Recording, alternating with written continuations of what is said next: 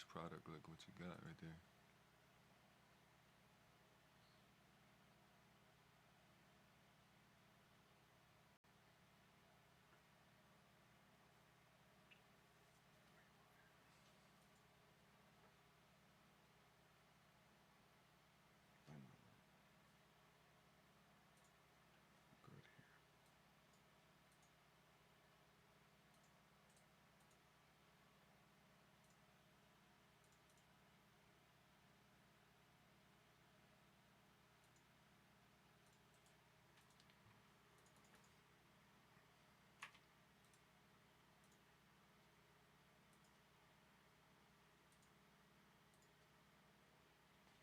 Share this. Mm-hmm.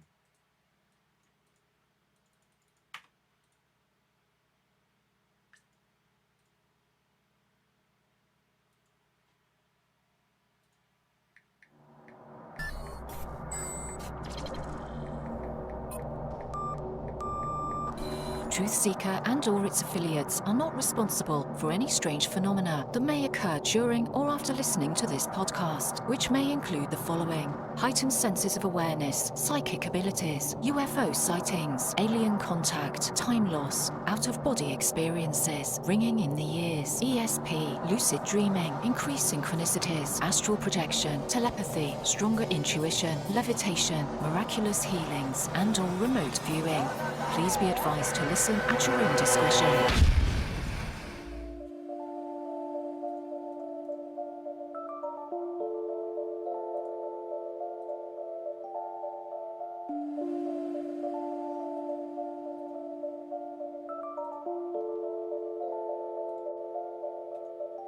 Won't you come and take me away? I just wanna be with you. Won't you come and take me away?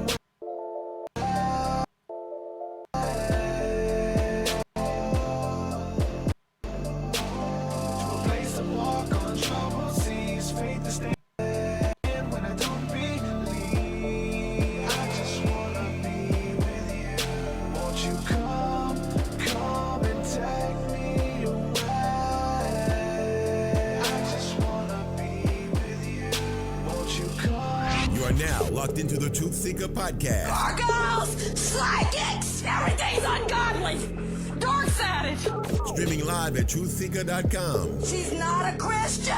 Give it up, y'all. Your portal to the paranormal, esoteric, and all things spiritual. She's tampering in dark sided stuff! And now, your host, TruthSeekah. What's up, ladies and gentlemen? Another episode of the TruthSeekah podcast. If you guys are watching on video, I'm joined here by my beautiful guest. What's up? In studio, man. Dan Osczepinski, here on sabbatical from Honduras. From Hungary. Hungary. Fresh off the plane from Hungary. Yeah. From Honduras, yeah. From Honduras. He's a missionary to Honduras, for anybody who doesn't know who he is, and we share a lot of similar views. Our paths have crossed several years back, and coming to a lot of understandings together, a lot of awakening together, Confirmations. just a lot of beautiful stuff, and just, yeah, confirmation, confirming things in one another, encouraging one another to step out in faith and just simply be the person that we're called to be, that person who is on the inside, who wants to come out, and who thrives when we get in those situations to be who we were created to be. But there's coming from a religious standpoint, coming out of Christianity or the Christian church as we know it to be some type of organization, there's a lot of baggage that comes along with that. So today's show is entitled The Path of the Christian Mystic, and it's geared towards Christians who are in this situation, but it's open to anybody, any mystic, anybody who's encountered the mystical experience on any level, whether it's lucid dreaming, meditation, transcendental prayer, psychedelics, whatever the Direct case encounter, direct knowledge, direct experience of the divine, and not just an intellectual belief or understanding. So if you would like to call into the show, the phone lines are open. Been trying to utilize that. Not many people have been calling in lately. Used to, man. The phone lines would go crazy when we did this couple years ago, but now here recently, because I don't really promote it. It's kind of spur of the moment, like we're doing This is now. a totally random Random right thing. now. So if you want to call in, if you want to say hello, tell us your stories. The phone lines are open. The number's streaming across the top of the video and all the descriptions as well. Give us a call. We'll be taking your calls in a little while. So before we kind of get into some really deep subject matter, I want to thank everybody who is supporting on Patreon. And you guys know every time I talk about Patreon, you can give anywhere from $1, $5, $10 a month. And I always talk about this guy who gives $33.33 every month. This is Dan Osczepinski. Yeah, and I almost felt like I just got here to the States 2 weeks ago. I was thinking, I'm like, dang, I got to work and put some money in my bank because I think it's gonna bounce if it goes through this week. Jesus. But we got it. We got it in time. The Lord always supplies. Appreciate that, Dan. Yeah. Believe in the ministry, believe in what we're doing here, putting our head out there, getting the knowledge out, and through the form of podcasts and the medium of music as well. So over there, if you support what we're doing, you become a member. You get access to unreleased music. As soon as I record it, it's done. I put it on Patreon for you guys to download and do whatever you want with it. And people message me every day, want to know when I'm coming out with new music. A bunch of new stuff is there. He does all the time.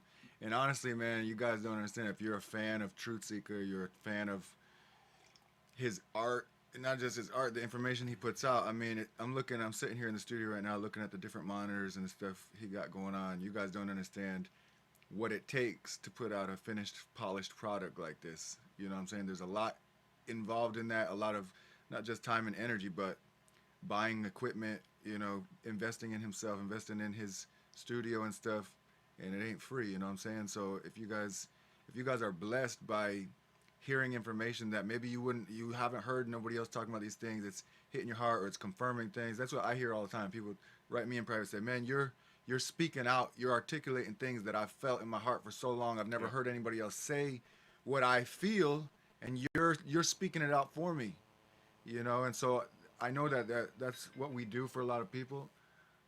My wife's trying to call me from Honduras. I got to get back to you, baby. But you understand? So we live our life. This is a lifestyle of sacrifice because it's time and energy and funds that we believe in what we're doing. We believe that this is our calling.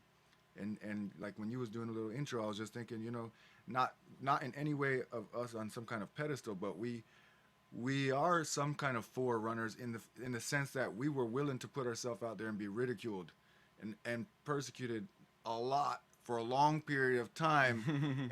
and we would have to have private conversations from country to country to encourage each other, because at one point he might be down, at one point I'm down, like, man, I'm giving this up. I think maybe I'm gonna go back to the church or I don't know, just feeling so alone, but we never quit. And now it's getting to a point in time where honestly that part of the struggle, it's kind of behind us.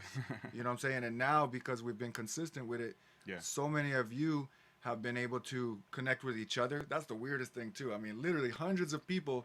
We just ran into a guy at the gas station the other day, right? Oh man. I'm not even from here. First he saw me, he's like, dude, it's you. And then he's like, sees Derek, oh, it's Derek too. Yeah.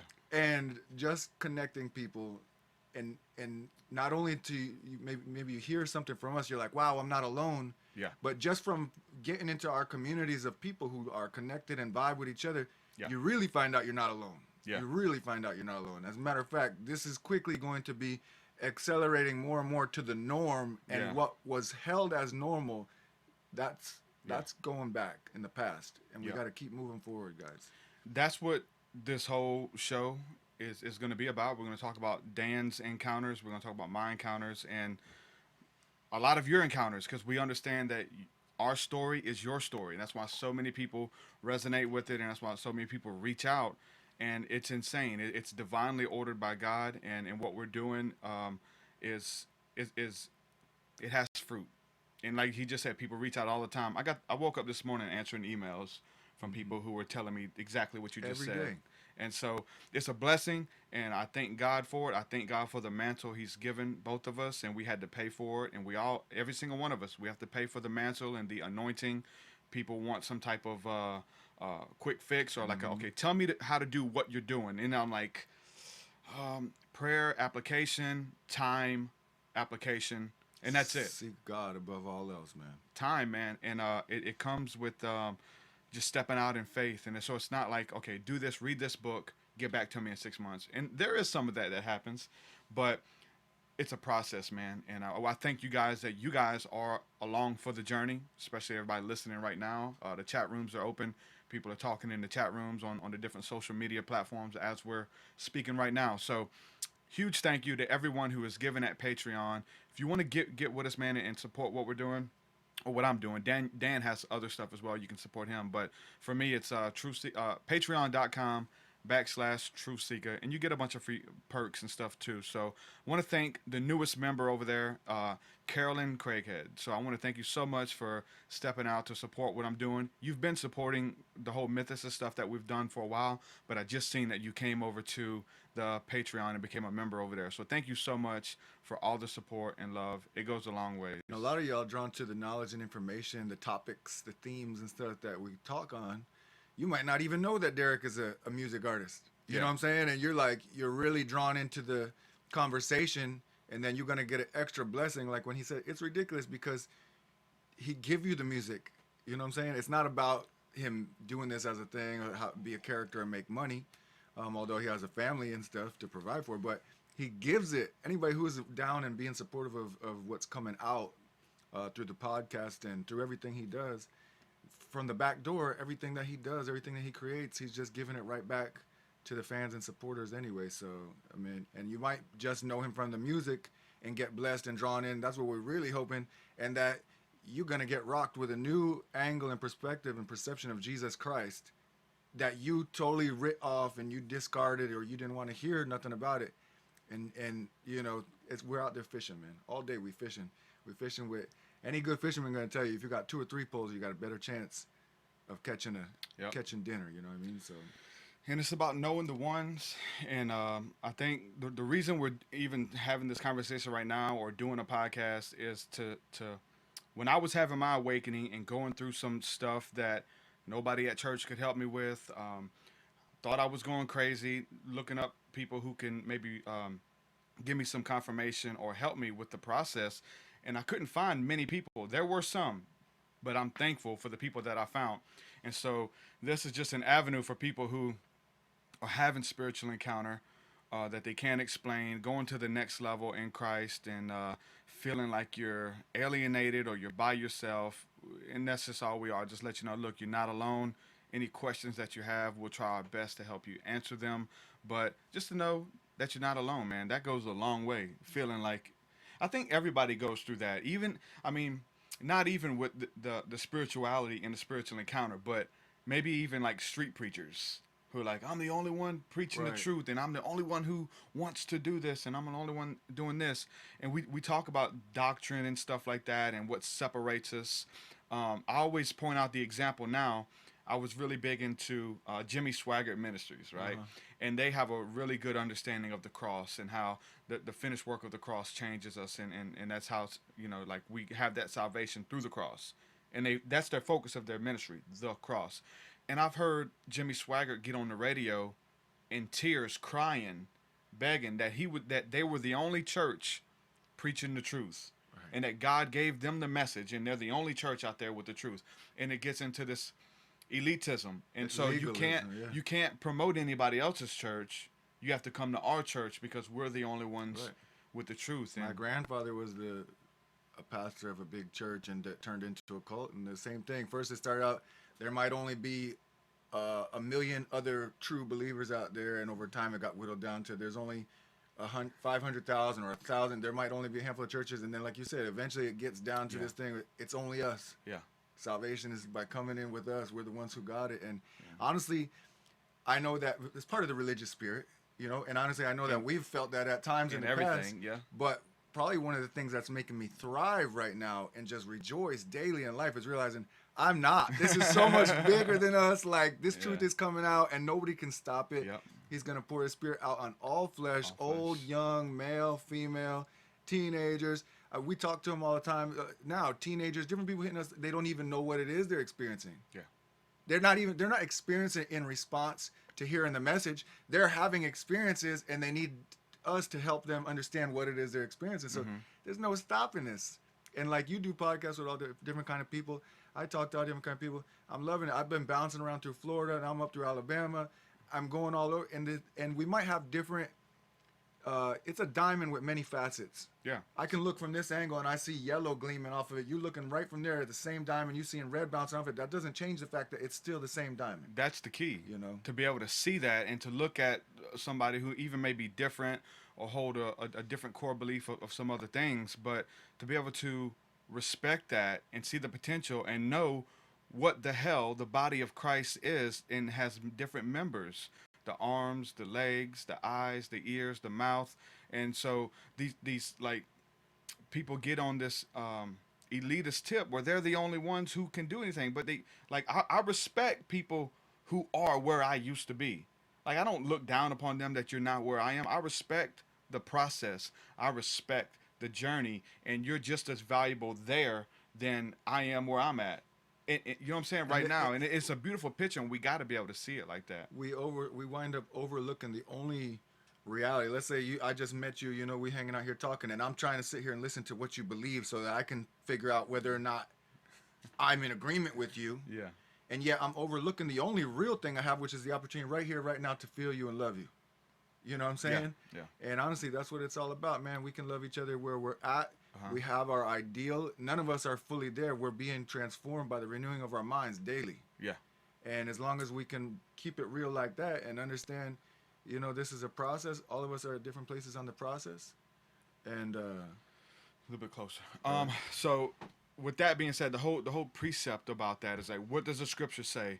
Well, there's a scripture where the disciples feel like they're all alone, like they're the only ones doing it. And what does the Lord say? I have, 700? 7,000. That was Elijah. He was like, I'm the only one. I'm the only one. I have like 7,000 other prophets that haven't kneeled to Baal. Baal. Have not bowed a knee to Baal. And you feel like you're the only one doing it, or the only one who has the truth. And it does get lonely. And another precept in the New Testament. But see, that's why we got to be able to discern the difference between the voices, because it can sound so righteous, but it might be the accuser of the brethren or the father of lies putting these things in your mind. You know? Because that's the power that the enemy has, or this negative force in the universe has, is to get you by yourself and make you think that you're the only one. Get up in your mind thinking things instead of being in the spirit knowing things. Jesus dealt with Peter. He said, Peter, be careful. Satan has desired to sift you as wheat and to get you off by yourself. This is Jesus warning Peter, but he said, but be of good cheer, for I have prayed for you. And so that's what it is. Like when you get off by yourself and you become like this lone wolf, and I think it's part of the process. Many of you guys may be there right now, but that's part of the process too. So understand that there's like-minded people out there, and that we need each other. We can't do it alone, man. We need each other. Exactly. We had some cool time last night fellowshipping with some saints, you know, and I like to say that, but just gathering different people from this local area, went out karaoke, had a cool meal, went back to one of their houses and got in the spirit, you know, and just encourage each other, praying for each other. That's my message right now. Whether it's, I mean, I've been saying it for a long time, but I just feel the intensity more and more and more. That my message right now, and I'm about to go all over the country right now in a quick little trip, it's fellowship. And it's the necessity of fellowship. You cannot do this alone. It was never intended to be done alone. There's never any part of this was meant to be done alone. Christ came, he planted his church. On the first day of Pentecost, there was 3,000, and it multiplied. It said that they were added to their number daily, and that they did life together, they ate together, they worked together, they fellowshiped together, they broke bread and wine, and they remembered what this means, that we're one. Oh, let me just take it end on this thing. My Uncle Brian, love you, Uncle. And if I get any details of the thing off, you know, but he was a fundamental conservative pastor. Hellfire and brimstone. Years. He was a missionary out to the nations, you know, going out, School of Christ and all that. And a lot of stuff happened in his life, you know, where he wound up getting out of ministry and getting into the world, you know, and just not wanting anything to do with it for a period of time. And I started noticing about 15 months ago, I wasn't even in much communication with him, but I started noticing his name popping up, liking some of the stuff that I was posting, you know. I'm like, that's cool. And then I started noticing daily. And then I started noticing all day. But I still wasn't communicating with him, you know what I'm saying? So I was just, that's cool, he's watching me or something. But I didn't know that he was having his own awakening. He was having his own awakening. And when I say his own awakening, I mean he could sit here with me and Truth and sit here and chop it up all day on all the topics that we kick around. Like he fully was awakened and shown, you know, this whole religious system and who he truly is and I am and who we are as the expression of God's love in this earth and stuff. And we was just talking on the phone the other night, and he was going through some stuff, and at the end, by the end, you know, I was glad God tried to pick up his spirits and stuff. And the end of the conversation was just reveling in the fact that we are both the same exact divine being. We are both the same exact spirit of life, knowing itself through each other, you know, and we was just laughing about how deep that is, but about the fact that he at maybe you're 45, 50 years old and me at 35 years old, and the completely different paths we took to get to that same revelation. Nothing, they didn't even resemble each other. They had their own unique paths. But here we stood at the same revelation, realizing we're one. We're one being in spirit, you know what I'm saying? And we're inseparable. And you think about how many other thousands and millions of people who have come or are coming to this revelation. You know, it's not about this flesh. It's about the spirit of life that's inside of us. And there's only one. Let everything that have breath praise the Lord. It's the Lord inside of us. And it's just amazing that everybody's path is completely different, but the final destination and the end revelation is going to be the same. And that's what makes it so glorious, man. And we can't look at other people comparing the paths it takes to get to the revelation and saying, well, if your path don't match up to my path, you're wrong. And yet we're not listening to what they're saying and realizing like, hey, we're actually coming to the same final destination and revelation, you know? It's those who are born of the Spirit, though. You know what I'm saying? Because there's so many people who it talks about the sheep and the goat coming up together, and the wheat and the tares growing up together. So we're in religion with a lot of people who aren't born again, who haven't had this encounter of regeneration. This what Jesus talks about, the baptism of fire, which is a must. If you haven't had that, you need to get with us. The baptism of fire, which is a second baptism.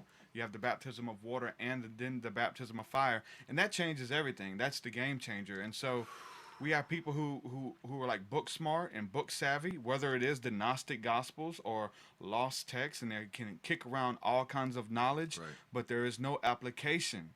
It's about the application of the knowledge, and without the baptism of fire, you're not gonna be able to do that. It's all gonna be theory. It's gonna be magic. It's gonna be manipulation. But to really be, it says those who are led of the Spirit of God are the sons and daughters of God. Those who are led by the Spirit. So it's not that you attend church or you're a believer or whatever the case is. You have to be born again. You have to be born of the Spirit to be the sons and daughters Be of God. baptized, be immersed, and be submerged, and be, you know, unified and inseparable with that Spirit. And find your identity in that Spirit. Yep. Hidden and lost within the person of Jesus, and that's what it means to die to yourself and to take up your cross and to follow him. It's not a literal cross. It's symbolic. It's metaphorical. You take it up because you're going to die upon it. You know what I'm saying? So with that being said, I wanted to kind of get into the beginning, because we can kick around where we are now and there's so much we can talk about, but I want to talk about the process. I kind of talk about my process a little bit of not having anybody to talk to, and then finding your tribe and finding your people that can relate. But there is the dark night of the soul. There is this place of like, nobody gets me. And then Stuck in between. stuck two in worlds. between, definitely, because we're in the religious system. We have Christian friends, and but then we're having encounters. Whether in my case, I talk a lot about UFOs and angels and spirits and demons and things like that, and now we're talking about mushrooms and stuff. And Dan has seen my journey and came into my life right on the cusp of crossing over. He checked me out years ago as a Christian rapper, as a corny gospel rapper. And then, some years later, I came across another video. I'm like, yo, he stepped his game up. His videos are looking tight right now. several years later, he found me doing some esoteric knowledge. He's like, is this the same guy? Right. So from that process, from the Christian evangelist, the Christian rapper, to whatever I am now, you know what I'm saying, or just sharing the knowledge and not being afraid of it. You are, I am. I am. And so not being afraid to do it.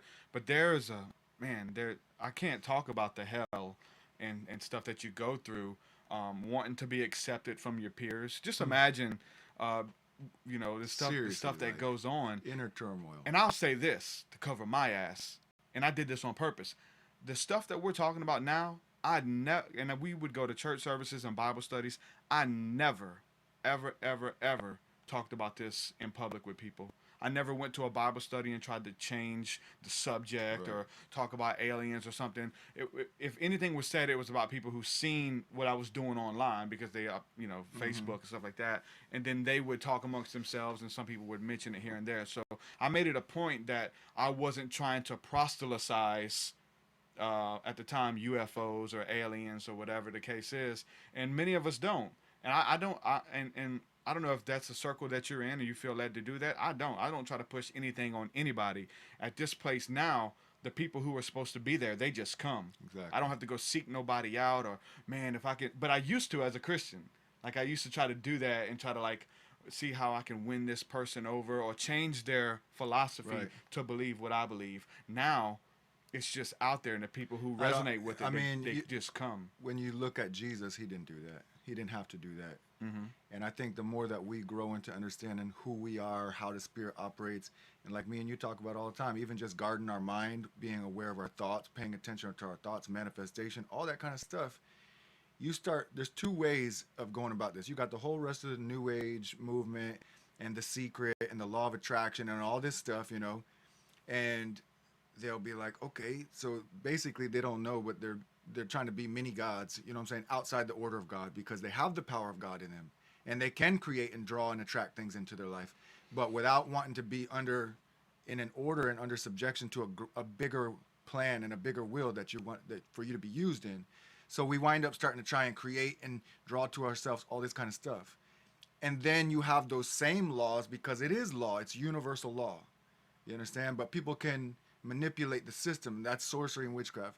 But just by walking in divine order and divine law of seeking to be in harmony with God and his way, you got to understand, like it says, when your delight is in the Lord, he'll give you the desires of your heart. So you don't have to manipulate the system to get and draw and attract the desires of your heart. He knows what the desires of your heart. Matter of fact, he's putting them in your heart so that he can prove to you how real he is when he brings them to you and manifests them to you when you're faithful. Seek ye first the kingdom of God and his righteousness, and he'll add all these things unto you.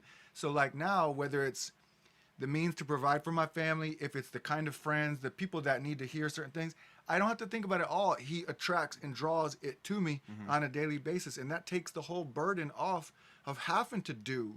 It's learning how to, and I am appreciative of Brandon, of many different people who have opened me up to this, and Andrew, who opened me up to the concept of resting, of just resting in the finished work. I don't have to do anything. John Crowder. I don't have to do anything. All I got to do is let him do what he's doing, and he'll bring me the situations, the people, the circumstances, and I just open my mouth and share what I got to share. And it's like so much easier than striving to make something happen, or even wasting time and energy on somebody that might not never even come into the way. Yeah.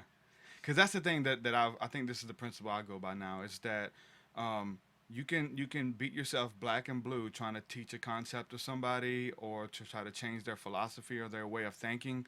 But my understanding is this, is that you can't teach nobody nothing. I can't tell you how many times older Christians tried to like force me to believe stuff, or you're what you believe is wrong and the church doctrine is this. And I'm not even talking about esoteric stuff. I'm talking about regular biblical church doctrine, saying my church is wrong and I'm right and stuff like that. But they tried to beat it into me and corner me with the Bible, and I'm listening, but I don't get it. I don't understand it. So I don't try to force it upon anybody. I share it and understand that you're not going to get a concept. You're not going to fully grasp it unless the Holy Spirit teaches it to you. He is the teacher.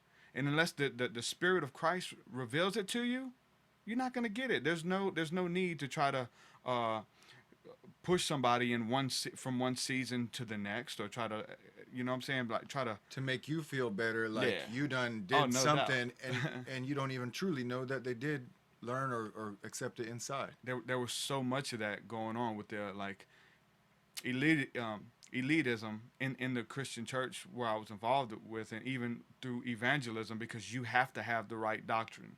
Like, you can't be a Christian and say, well, I don't know, or I don't believe, because then they'll go to somebody who does. So even if you don't know the answer, you have to make one up, right? Instead of, well, let's get to the bottom of it together. So there was He better have all the answers, because we're all coming every week to listen to him. Yeah, they'll find somebody else, and that's what we see even in the fringe circles we talked about. Some of our friends who get into to fringe doctrine and things like that, and they're arguing amongst themselves. Me and Dan could totally sit here and pick each other to pieces. And he tells me all the time he doesn't get the alien stuff. You know what I'm saying? And I got other friends who talk about that. But we can sit here and pick each other to pieces about what we disagree with, what I don't like about you, how you're leading people Whatever away you seek, from... you'll find. Exactly. Whatever you seek is what you're going to find. But I tell you, when I did that, I was bitter. I was in a bad place. I was trying to draw all people unto myself instead of lifting him up and letting him draw all people unto himself. So deceiving, man, making you even think you're an angel of light. And I can say that, man, I've been hit with some hard messages just listening to another brother preach, and you just feel like they're speaking right to you, and it's like, oh my God, I've been doing that, you know. And they're not even thinking about you.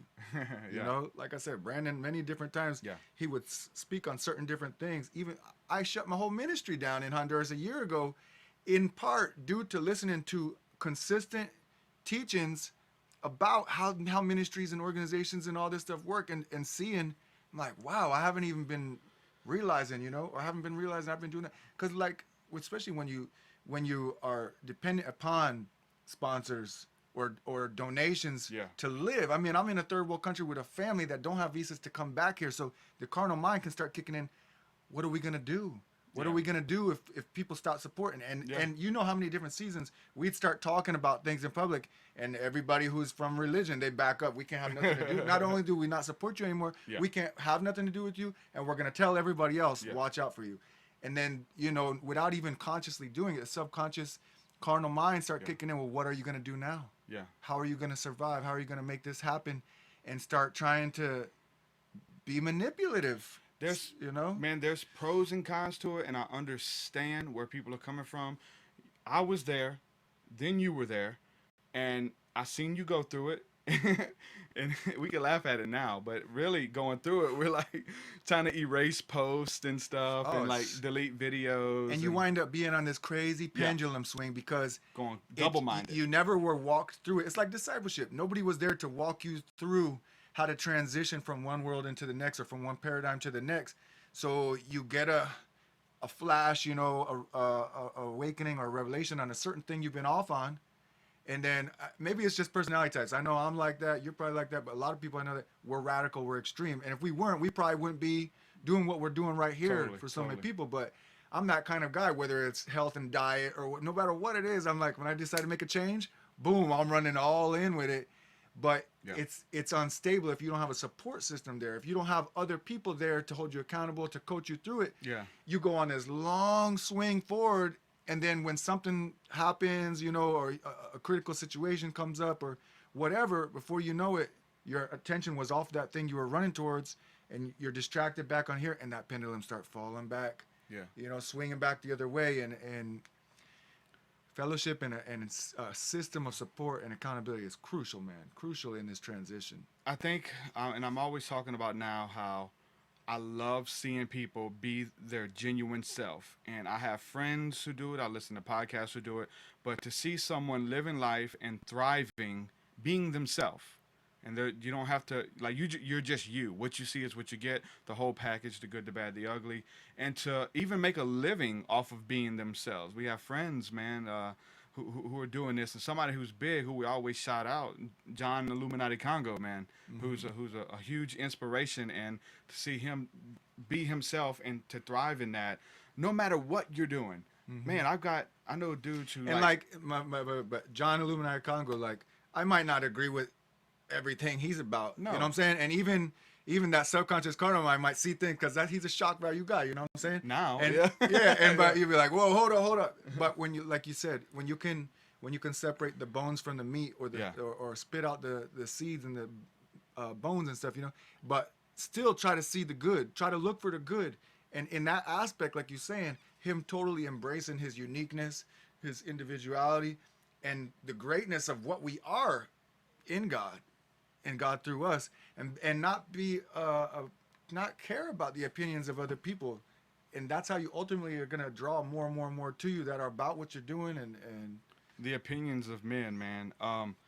But it is a hard process, guys. And I was talking to a brother the other day, and he was like, I just can't talk about that stuff y'all are talking about. Like, I want to, but I can't. It's so easy for you. You guys can do it. You guys are good. Like, hold on, man. This came with a price, dude. Don't you talking about like it's okay for me. I'm still putting my neck out there. Like, if I have people who know about this in my professional life, like, I'd be in trouble. Right. Like, I really would. And they're like, oh, you could do that in your job. No, the hell I can't.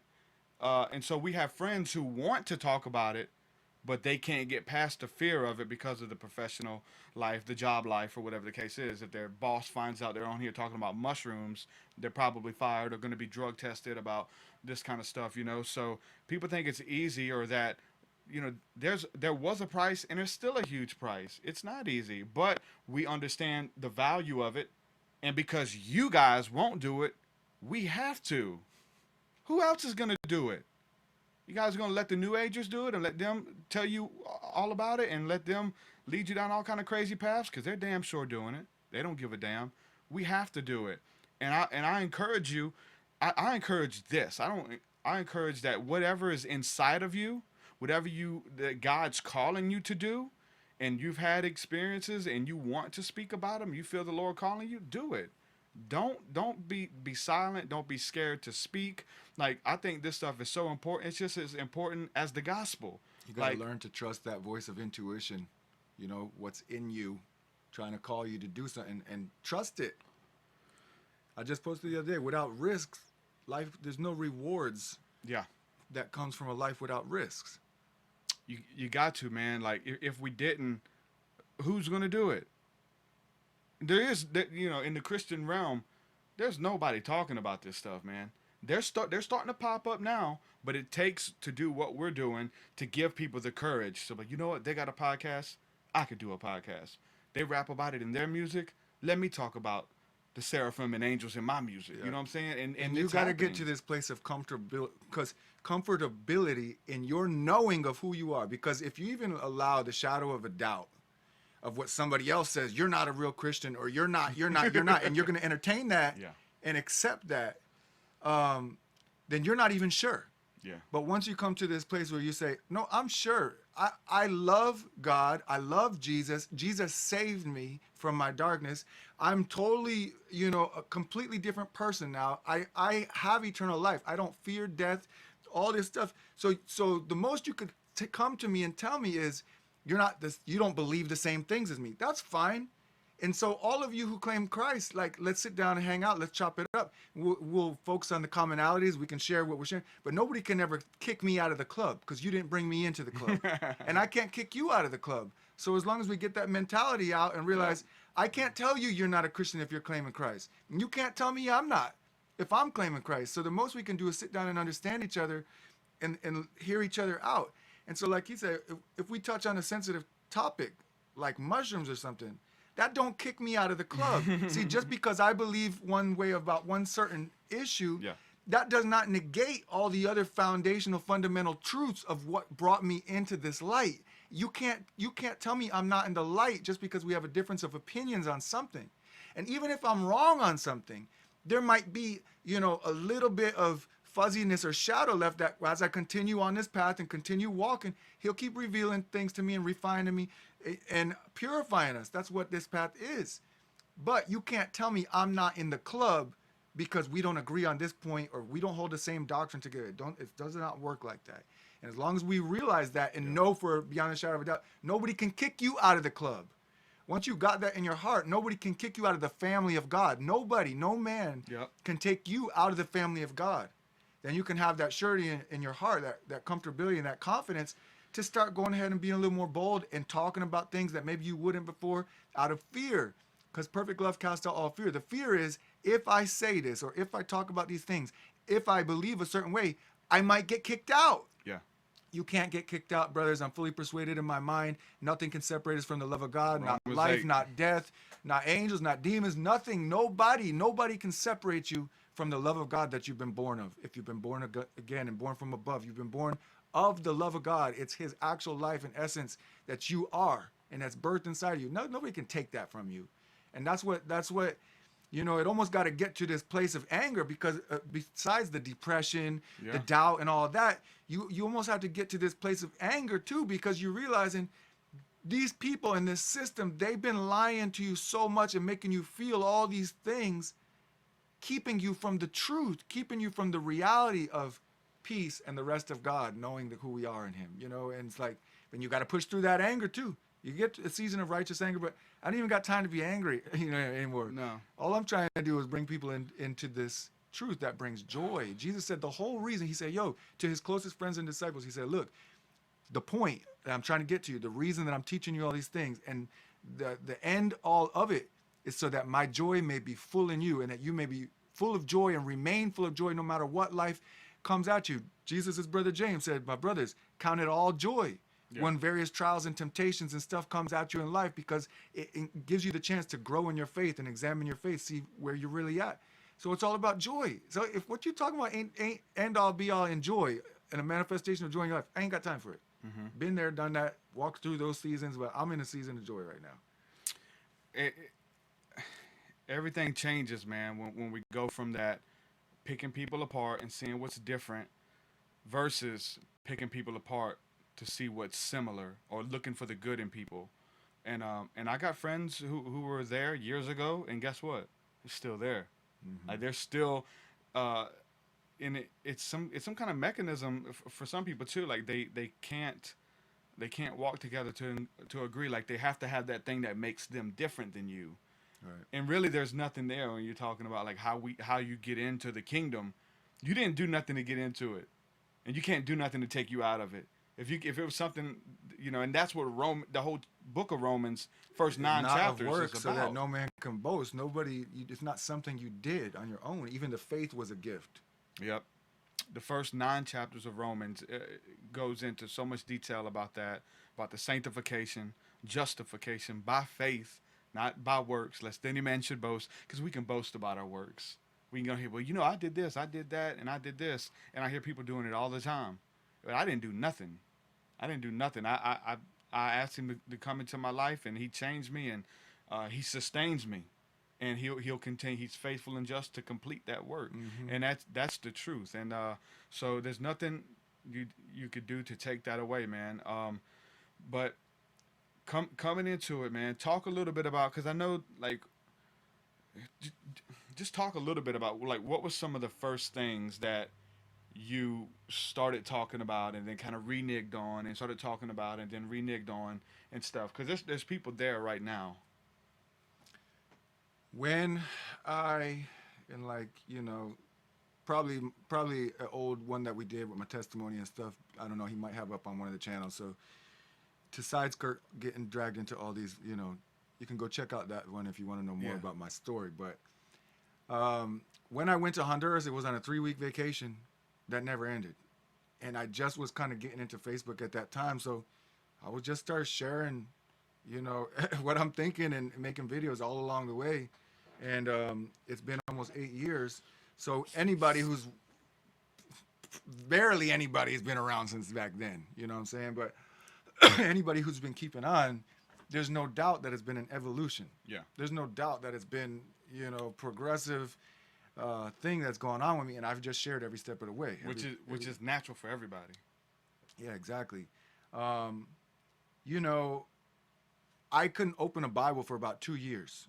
I left organized church. I seeking, you know, into every single kind of path and religion, and wanted to know, and I wasn't afraid anymore of asking these questions, that when I would even hint at asking a question in church, I would get these faces or these responses automatically making me feel like I'm wrong, that there's even a question forming inside of me.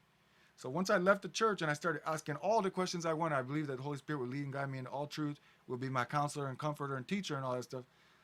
So, hey, I'm going to ask all these questions. Well, after about 2 years, and it did open Pandora's box. I ain't going to lie about that. It opened Pandora's box. Part of it. You know what I'm saying? And I thought that I was coming into light because I was finding out about the Illuminati, about governments, about Masons, about witchcraft and darkness and all that stuff. I thought that I was being enlightened and illuminated because now I knew all this stuff, and nobody else, when I would try to talk to them, they didn't know or care. Now where I'm at, I can look back and say, I opened up wide to darkness that people think is light, because all it was knowledge of darkness. I was learning all the knowledge of all the realm of darkness and how all this stuff works, but that didn't bring me peace. You know what I'm saying? My wife will tell you, I don't even remember back these conversations when we first were friends, but she'd tell me even in Honduras that I was like, seemed hopeless. Even though I'm having all this knowledge and information, you know, I'm like, I got to get this out to the world. I got to help share the light and truth and wake people up. But when I'd be hanging out with her, this innocent girl that didn't never see Facebook or doesn't know anything about the internet or anything, to her, what she was perceiving from me is that I was kind of hopeless and I didn't have joy and I didn't have love, you know. So there's a different light that we've come into. And, but after 2 years, I opened up my Bible for myself. And what I found through Jesus and the message of Jesus and confirmed through the scriptures is what I already knew in my heart through my seeking, my journey out into the world, through these other paths, through psychedelics, through all that stuff.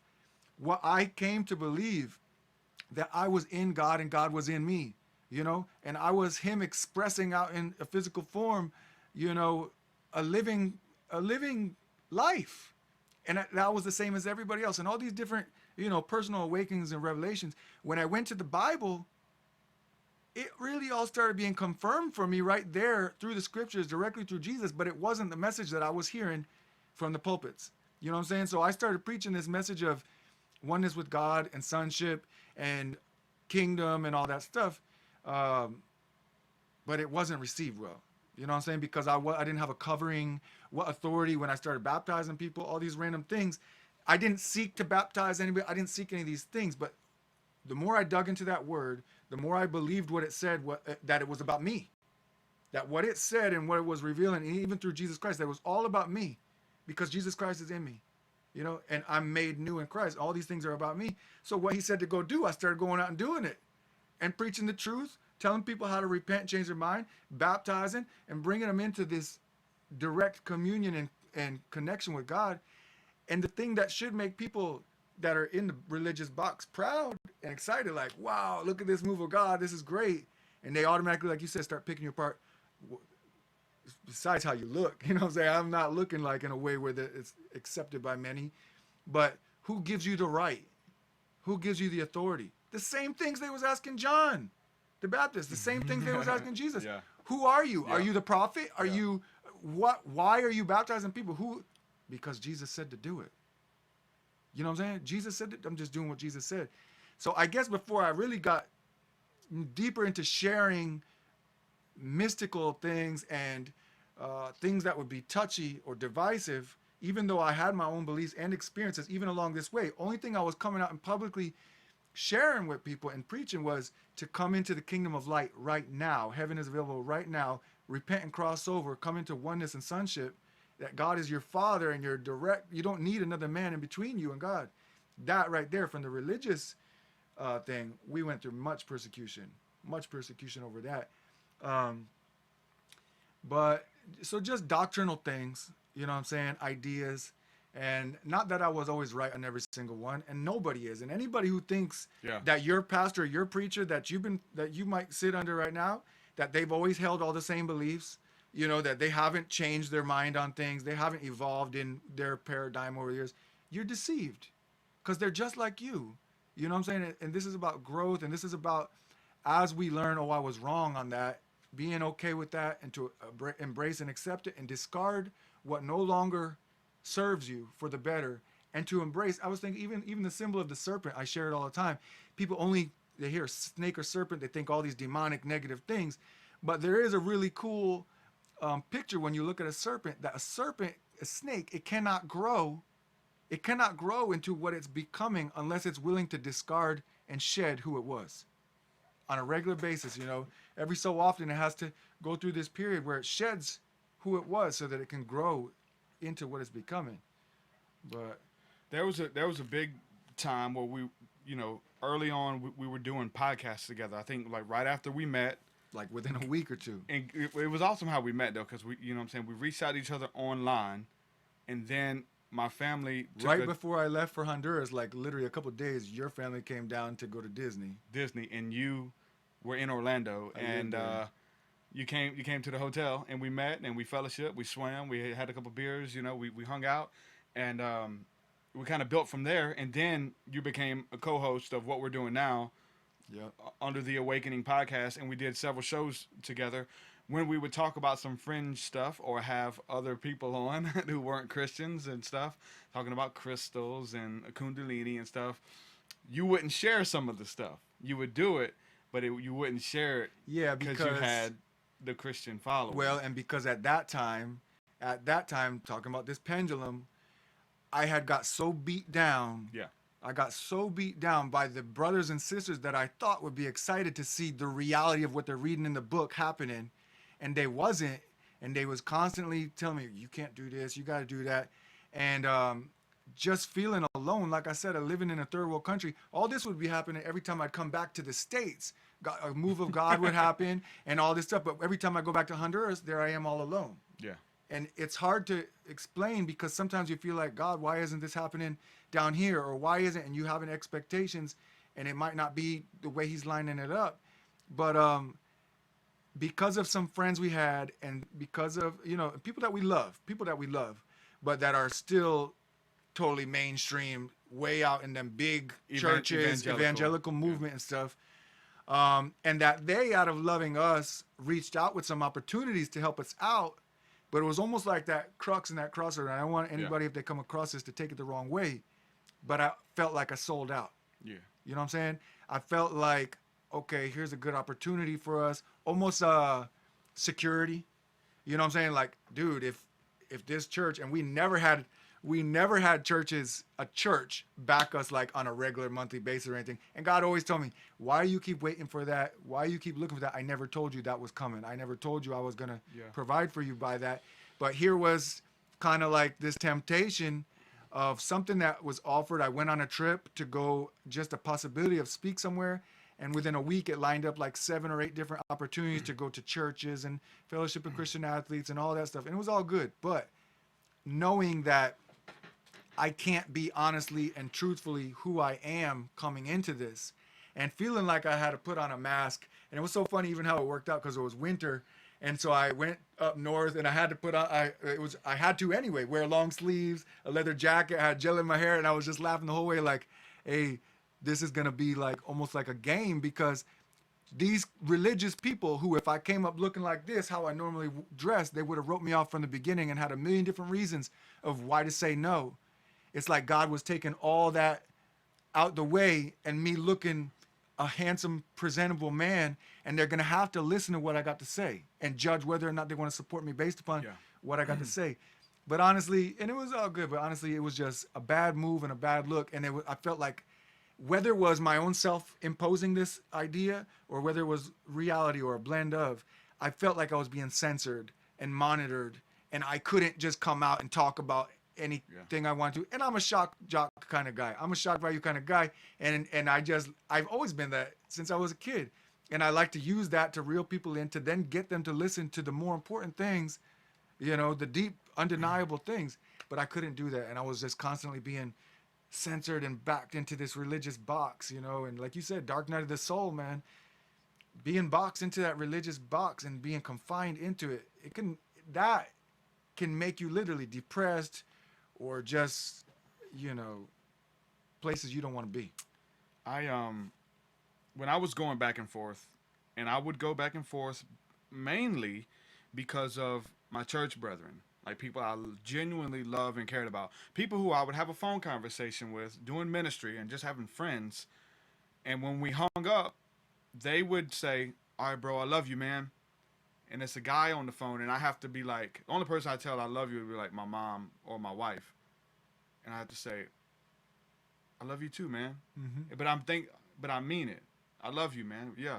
And we hang up. That's kind of weird for a guy. The first time you do that, it's weird. So these were people who I genuinely loved, and I thought that they loved me. We had this camaraderie, this brotherhood, and then I found out that they're warning people about me, stay away from him. He's into Satanism. Like, they made up all kinds of stuff, man. And maybe that's what they thought. I don't know. Imagery and mainly from promoting different philosophers, Tsarion and stuff. Well, Manly P. Hall, he's a Mason. Masons are Satanists. TruthSeekah follow Satanists. You know what I'm saying?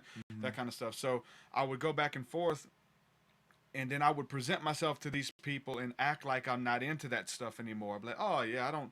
And that's partly why, like I said, I didn't talk about that stuff in person with people. Like I didn't go to Bible studies. So be like, hey man, y'all, anybody ever seen a UFO or something like that, you know? But would go back and forth, and it drove me crazy. But I genuinely sought God.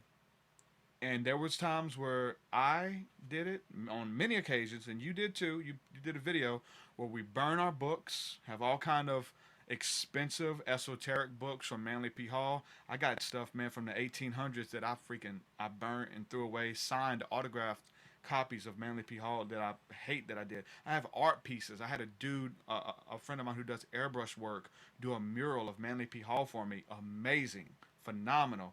I threw it away and burnt it, man. And all this stuff, and you get rid of everything. And many of us have been there in the Christian experience with CDs and stuff. It's not that a good, a beneficial burst, you know, of spirit come forth from that, you know. But well, I think most of us, this is what I say, is that I think most of us, we get into a place of maybe there's sin in our life, or we're questioning, and we search our hearts and we get everything out of our lives that isn't about Jesus. Right. And so for me, if it maybe when I was in that mind frame, could be maybe my video game posters or a crystal or anything. Crystal, man, there was a point where we got all of our statues and pictures of Jesus out. Like we had wood carvings of Jesus and necklaces and crosses and stuff. We threw everything. All that's idolatry. And so you get rid of everything. So you're in a place where you want nothing but God. So you're searching your house and your heart, and maybe some things like Manly P. Hall sticks out more, the occultic type stuff, than a video game or something. But trust me, people have video game burnings too at churches. And you get rid of everything. And I've been there. You've done it several times. I feel remorseful for it now, but I respect the process. But in those moments, I would genuinely fast and pray and ask God to search my heart. And if these things weren't of you, please take it from me. And I'd be walking in the spirit. I'd feel good. I feel like I got rid of some things. But shortly after, there was like, man, this is who God called me to be. And I was still drawn to the same things. God still let me have my encounters for a reason. And I would feel like a sellout. And I'm praying against it. God, please take this away from me. Like, I don't want to be drawn to these philosophers. I don't want to be drawn to these fringe people, but there's something in me that resonates so strong. Maybe it's demonic. Maybe what resonates within me is demonic. I need help, more fasting, more prayer, but it would never leave, man. And I always felt like it was God telling me, like, be yourself, man. Be who I created you. I put those desires in you for a reason, and I would never get away from that. As many times that I would fight it, I would always feel remorseful because of driving my wife crazy. Instability, inconsistency, saying one thing and doing another. Yeah. But you have to be yourself, man. And God made you and put the desires within you and made you uniquely, fearfully, and wonderfully made. And yeah, there's things we get into that we got to examine our heart, and we got to get some things out, maybe even for a season. But that place that I was in, and you've been there, and I've talked to countless other people about it. I was in there about my plugs. I got crazy stories about taking my plugs and throwing them out the window of the interstate, and then the next day walking on side the interstate trying to find them. Mm-hmm. Like crazy stuff, like psychopath type stuff. No, you know what I'm saying? I know. And it sounds weird, but I've talked to other people who have had the same thing with their piercings. They threw their piercings out, and then they're going through the grass trying to find them. And I had like when I first was getting into crystals and stuff and stones, and I had a collection, and I'm going through it one day. Same thing. I'm out on the porch on the beach at our house, and I'm just like, throwing them all down to the beach, you know. And then like a week later, like, oh man, I wonder if they're still down there. I wonder if anybody found them or. Yeah, man. It gets nasty, man. But it's part of the process, and I respect the process, man, because he does it. He sets it up, man. Yeah. It's all about him. Getting your relationship with the Lord, and if anything, look at Abraham. You know, a test of the heart to see if you're willing. You know what I mean? When he was told to sacrifice Isaac, it was never that he was going to have to go through with it. You know, God had him. God had it all lined up. But sometimes it's just a test within ourselves to see are these things idols? And like you said, if our heart is really for God, we don't even want it to be close. Yeah. We don't even want it to be a question. So sometimes if we start questioning, are these things idols? That right there is enough for us to say, destroy it all, because I don't want to be in idolatry. Out of a purity. And out of a pure heart of wanting to be right for God, you're willing. Yeah. You know, you're willing, and because nothing compares to the relationship we have with God, and we don't want anything getting in between us. But sometimes, like, look at Abraham. Abraham didn't really have to go through with it. You know, there was a substitute provided. So yeah. There's we got a lot of questions in the chat room right now. We'd be happy to answer your questions. But call into the request line and say hello. Let us know your questions. The number is 724-444-7444. And then you put in the PIN number, 78643#. We got some cool questions over there. Just call and say hello, man. Let's make sure this stuff's working. You know, this is why we do it. There's so many times I don't want to, because it's a lot of work to set up the call-in thing. You've seen what I had to go through and to access my telephone and call three-way and call the station and all this weird stuff I got to do to actually get this to work the way it's working. And I'm like, you know what? I'm not going to do the call in. But then people beg me, like, no, dude, I'm going to call in. Like, I need to talk to you. Like, I get discipleship. Adds a cool element to it, you know. I get the discipleship from it. And then we go live. But I got to say, I didn't promote it. So if you guys want to ask questions, you guys can call in. The phone lines are open. Let us know your story. And there's people here talking about aliens. Yo, lads, do you think aliens are real? F all this occult BS, big love. Yeah, call in, and I want them to call in and ask the question. Yeah. We'll have a conversation with you, Richard. Call in. Yeah. That's a pretty good question, but... No, it is a good question, but I think they're one and the same. So they kind of have to do with it with each other. Kind of referring to like the physical manifestation and calling the occult, which means hidden, underlying BS. You can't have one without the other. And that, you know what I'm saying, ufology, aliens is hidden. It's occultic. And that's why I say all the time when we talk about the whole definition of occultism or the whole definition of what is esoteric, I say Jesus taught occultism. Jesus taught hidden stuff that he had to bring his disciples and he told them, to you it's given the keys to understand the kingdom, but to them it's not. Like the whole lay people, he preached to the 5,000 people. They had no idea what the hell he was talking about. Eat my flesh, drink my blood. They all left. They left. They said that was too deep. What are you talking about? And then so, okay, let me bring you in to show you some more stuff. And he would show things to his disciples, and he would explain the parables. But then there was other times where he said, "What? There's things that I want to show you that I can't right now because there's no way you could understand this. There's no way." Even learning a second language, learning Spanish through being in Honduras, many different words and understandings have been opened up to me just by learning another language. Because in Spanish, ocultar is to hide. It just means hide, to hide something. I could tell you, you go hide some Easter eggs, you know, for the kids to find candy, and I would have to say ocultar. Yeah. Go hide it. So occult means hidden. That's all it means. Yep. But yeah, you can go ahead and call in.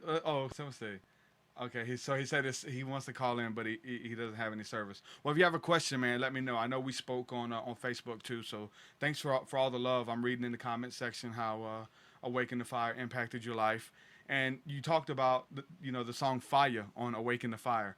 That's funny that's the song that you love from that album, because that's the song that people say doesn't fit that album. And that was the one that was kind of crunk. They're screaming on it. The producer was somebody different. So from all the esoteric mysticism to a crunk Christian rap song about the fire of the Holy Ghost in my bones, that was the song that stuck out to him. Song. I like that song. It's a good song, but it doesn't fit the album. You know what I'm saying? And so... what'd you do? You put it on as an extra or something? No, I included it in the track list. Okay.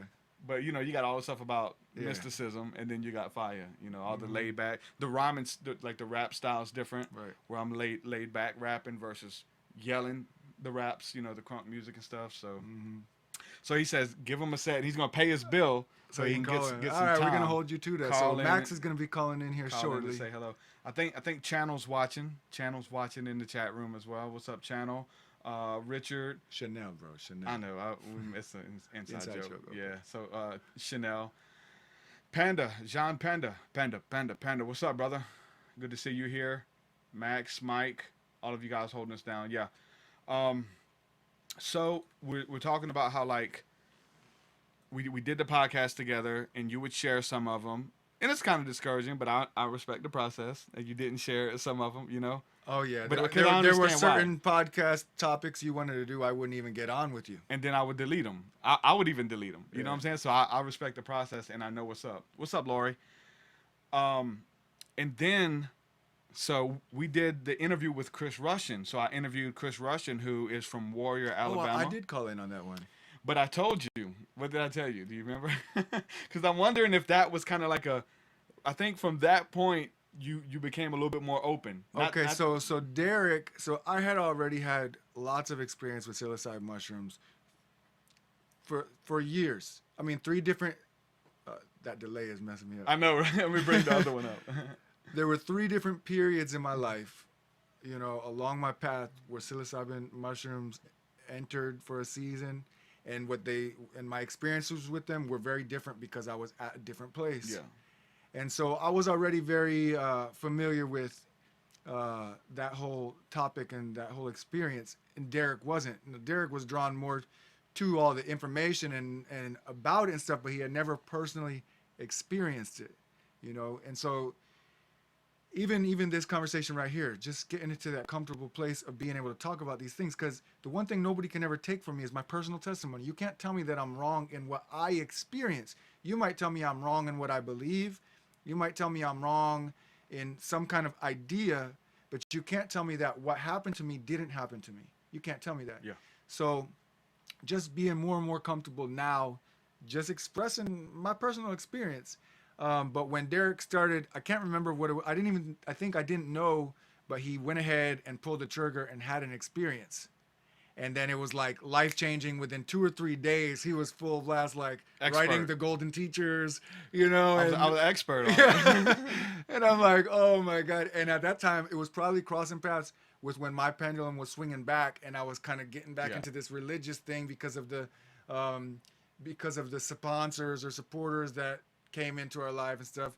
So he was like, I'm coming out with all this, bro. And I'm like, whoa, I can't do that right now, bro. I got to back up.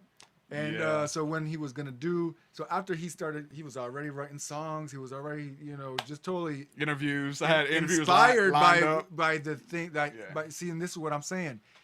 It was all propelled forth by an experience, by a personal experience, not by an idea or belief. And so I couldn't say nothing to him because he was telling me, yo, I had this great epiphany experience. All these things, you know, was confirmed to me or shown to me. My plan was mapped out and all this stuff. Who am I to challenge that in any way, shape, or form? But just was I willing to get on the public platform on that topic? I just couldn't do it. So when it came time to doing the interview with Chris Rushing, which I was very interested in because I had already heard of him, and he's like, hey, I'm interviewing this guy. I already kind of knew basically what the topics were going to be. I didn't want to put my picture, I didn't want to put my face or name on the promo as doing this, but I did decide to call into the show and speak on. But I told you contingent. I said, look, dude, don't call in unless you are comfortable with putting this on your profile. And I think I didn't want to be mean, but I'm like, okay, let's just be legit. Let's just be real. Like, let's don't do it unless you're ready to do it. Yeah, and Put it on it your was profile. probably a good push, you know what I'm saying? Yeah. Because I'm not, and I've never been, I'm not out there promoting or preaching mushrooms, but I've always been this way. This is how I've always been. I'm not going to lie. Exactly. I'm not going to lie to anybody because I was saved by the truth. I'm in the truth. I love the truth. I'm living for the truth. Jesus Christ is the truth. And part of the nature of Christ is to be truthful and tell the truth and not to lie, not to feel like you have to cover up or deceive. So anybody asks me a question, I'm not going to lie to you. I'm going to tell you the truth. But I might not promote or preach something that I know a lot of people will have issues with or stumble over or be divided over. I don't go ahead and just, like it says, you might disagree with me even using this analogy, but don't throw your pearls before swine because they won't see the wisdom, the value in it. They'll turn around to even rend you asunder, to gore you, you know, to kill you over these things. So why am I going to go ahead and talk about things that I know many people are going to have issues? But if you want to know, you ask me, I'm going to tell you the truth. And I felt led to do it because it was, like you said, so impactful. Why would I hide it? Like, and I look at it like the gospel. I look at it like the gospel. The gospel changed my life. Mm-hmm. And I'm going to tell people about it. mushrooms, oh my God, to act like there's so much healing and so much virtue that I experienced through it, and to keep it a secret. Rocked my world in my relationship with my wife, with how I viewed my mother, the feminine aspect of life to begin with. I mean, the whole thing, many different, over the times, you know, many different things that I was ready to be shown or ready to encounter or ready to examine about myself that I never even realized. Oh my God, I've been looking at women like this. I've been treating women like this. All these things that when its timing is right, that the spirit needs to bring up into the forefront of your awareness and show you. And I can't lie. I got to attribute many different awakenings and many different healings of who I am in part to my encounters and my experiences with psilocybin mushrooms. I think that if we do keep it a secret, then we become like the upper echelon of the elite who know the mystery schools, who've been through it, and they keep it a secret on purpose. They don't feel like the lay people should have this info. They don't feel like the lay people should understand what's going on with UFOs or how they were created spiritually and the different mechanisms in your body, spiritual abilities that we're all born with. They keep that a secret. Mm-hmm. And so I kind of feel like the same thing. Like, if we're privileged with the knowledge and we're trying to make people pay for it, for one, and for two, to keep it a secret from the lay people. Like, that's what the quote unquote satanic Illuminati does. Mm-hmm. They keep it for themselves and let the lay people be the ones who they make it a cult. Remember, a cult means hidden. Occultar in Spanish and Greek and stuff means to hide. So they make what is totally public knowledge hidden. Paul says all things that one can come to know about God are clearly seen by just looking and coming to know through nature. Mm-hmm. By looking out into the natural world, what's going on out there, you know, experiencing life, and you come to know and have these revelations about God and how God is. Well, one of the things that's just out there in nature, just right there, is mushroom. You know what I'm saying? Honestly, it's just right there. And it's, when you realize, if you were to realize how common it is, about as common as a cow. About as common as a cow is how common a mushroom is. And they're all over, but because, like you say, what that little living thing leads to, an awakening of understanding of things far beyond this three-dimensional time and space world, they need to occultar. They need to hide that, because in doing that, in awakening, they don't have power over me. And it's true. The gospel, that's what the gospel does too. And I'm not saying, and I absolutely don't think that one is contrary to or opposed to the other or anything. You know what I'm saying? Exactly. They are harmonious to me in what you realize, in the realization. And it's the realization of who you are and what you are beyond this body and as a spiritual being and all that, that automatically casts the shackles off of you of this system of mind control and ideas that they have us in. So obviously, if that's a universal experience. I mean, obviously you got people that abuse anything. You could have people, Jesus says, not what goes into the mouth and into the body that defiles the man, but what comes forth out of his heart. Because out of the heart comes all these wicked things and jealousy and anger and strife and hatred and all these kind of things. So if a person, you know, uses something like a mushroom, but it's not with the intent on healing or on spirit or anything like that, and they just want to get messed up and all that, they're going to, and they probably get really messed up, because what's in the heart comes out. Yeah, it's what's scary. In the heart gets projected out. It could be a scary, overwhelming experience, and that's what the whole bad trip comes from, and not preparing. And so even with that, whenever we look at, like, there's so much preparation that goes into it. Like, I mean, when we would have large doses, we would fast, pray, do chants and mantras, and really get and use it as a time to examine our life and say, okay, what is in me that needs to come out? How do I get to this next level? And show me what I need to do, and just be open to the encounter, and to have to treat it like that, and to have somebody to lead it. And so that's why our ancestors would have shamans who would lead it. You would go to the shaman. He would make sure that there was a good vibration going on, good music was playing, like, as far as the drum patterns, the chanting and stuff like that. It would be something comfortable, something relaxing.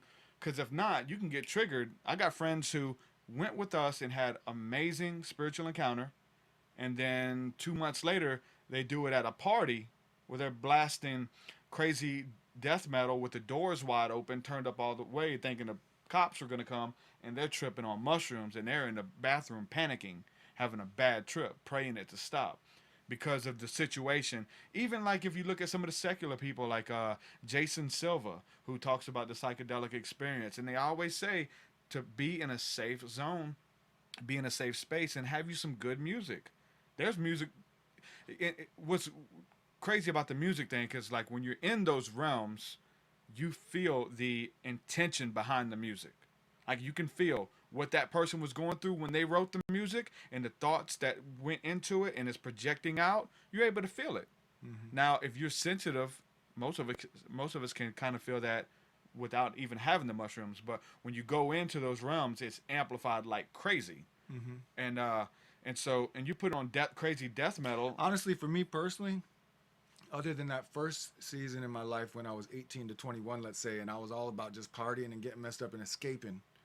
So like you said, that was everything you're describing. That's how I was doing it. Yeah. And my experience was, whoa, this is weird. You know, awesome. I liked being weird. I was a meth addict. I was a coke addict. I did crack. I did anything you want. I liked feeling weird or out of this concreteness.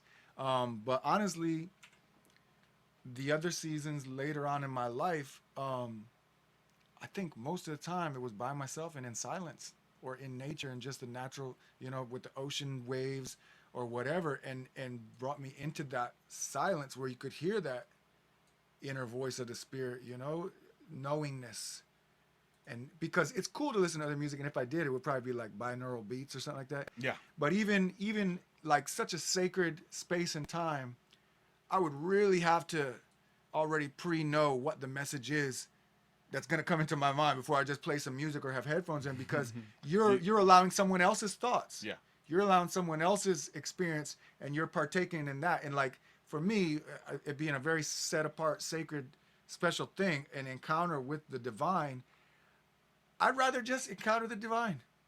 You know, I'm not saying don't listen to music or anything like that. I'm just saying my personal experiences, I think for the last, you know, years and seasons of my life, probably for the most part, it's been silence. In silent, you know. What stands out for us is because when we did them, we're a bunch of Christians, a bunch of church boys, out in the woods, having a retreat, eating mushrooms, listening to Bethel worship music on mushrooms. Now, see, if you already know what you're getting into, like worship music, I could totally see that. It was awesome, man. Yeah, it's awesome. Yeah. So I actually had to refresh the phone lines, and now I see that we do have callers. Sorry about that, guys. I'm gonna take these callers. I think Max is on. We're gonna take our first caller from Eastern Nebraska. Who we speaking with? Hey, I don't know how the phone call is going to be. I'm using Google Voice instead of my phone. Okay. What's going on? We hear you. No, you can hear me fine. Great. Nothing much. You know, I fell in love with your music, and it actually, you're one of the first people I got introduced to after I had listened to some spiritual music and never found it again. And then all of a sudden I was flooded by these 3 albums you had on Bandcamp, and it was amazing for me. That's what's up, man. Who we speaking with? Is this Max? But yeah, this is Max. Awesome, brother. Yeah, dude, I appreciate that, man. That means a lot. Thank you. It's really an understatement. I was lucky to find you, man. Anointed, man. No, obviously. But you also. Go ahead. Oh, go ahead. Well, I was just gonna say that I discovered Alice Clay shortly after I discovered you, and she's amazing as well. Yeah, man. She's awesome. Yeah, she's awesome, and everybody. But yeah, and that whole crew, Vinny. Me and Vinny actually, we did a couple shows together. I went to Slidell, Louisiana, did a show with Vinny, and then he came over our way. We did a show at a big house party. And have you heard of Spirit of Truth? No, I'll write that down. Okay, yeah, there's another guy who a lot of people's been reaching out lately, who are fans of a guy named Spirit of Truth, and I heard his name in passing, looked him up, he was dope. And then there's just like the fans are reaching out trying to make it happen, and so I got a song with him, and they kind of roll in the same camps as well. So, and actually Vinny, you know what I'm saying, made that happen. He reached out and traded phone numbers for us to do something. So we got some stuff coming out as well. So that's gonna be awesome. Are you part of the Lost Children of Babylon? Because I've seen that, I think, on like Spiritual Alchemy. I remember seeing that. Yeah, I'm a affiliate. I'm affiliated with those guys, and so it's just a big movement. Yep. Awesome, man. I wish they were doing more. Well, these I don't days. really have I don't really have much to say, but I will just tell you this.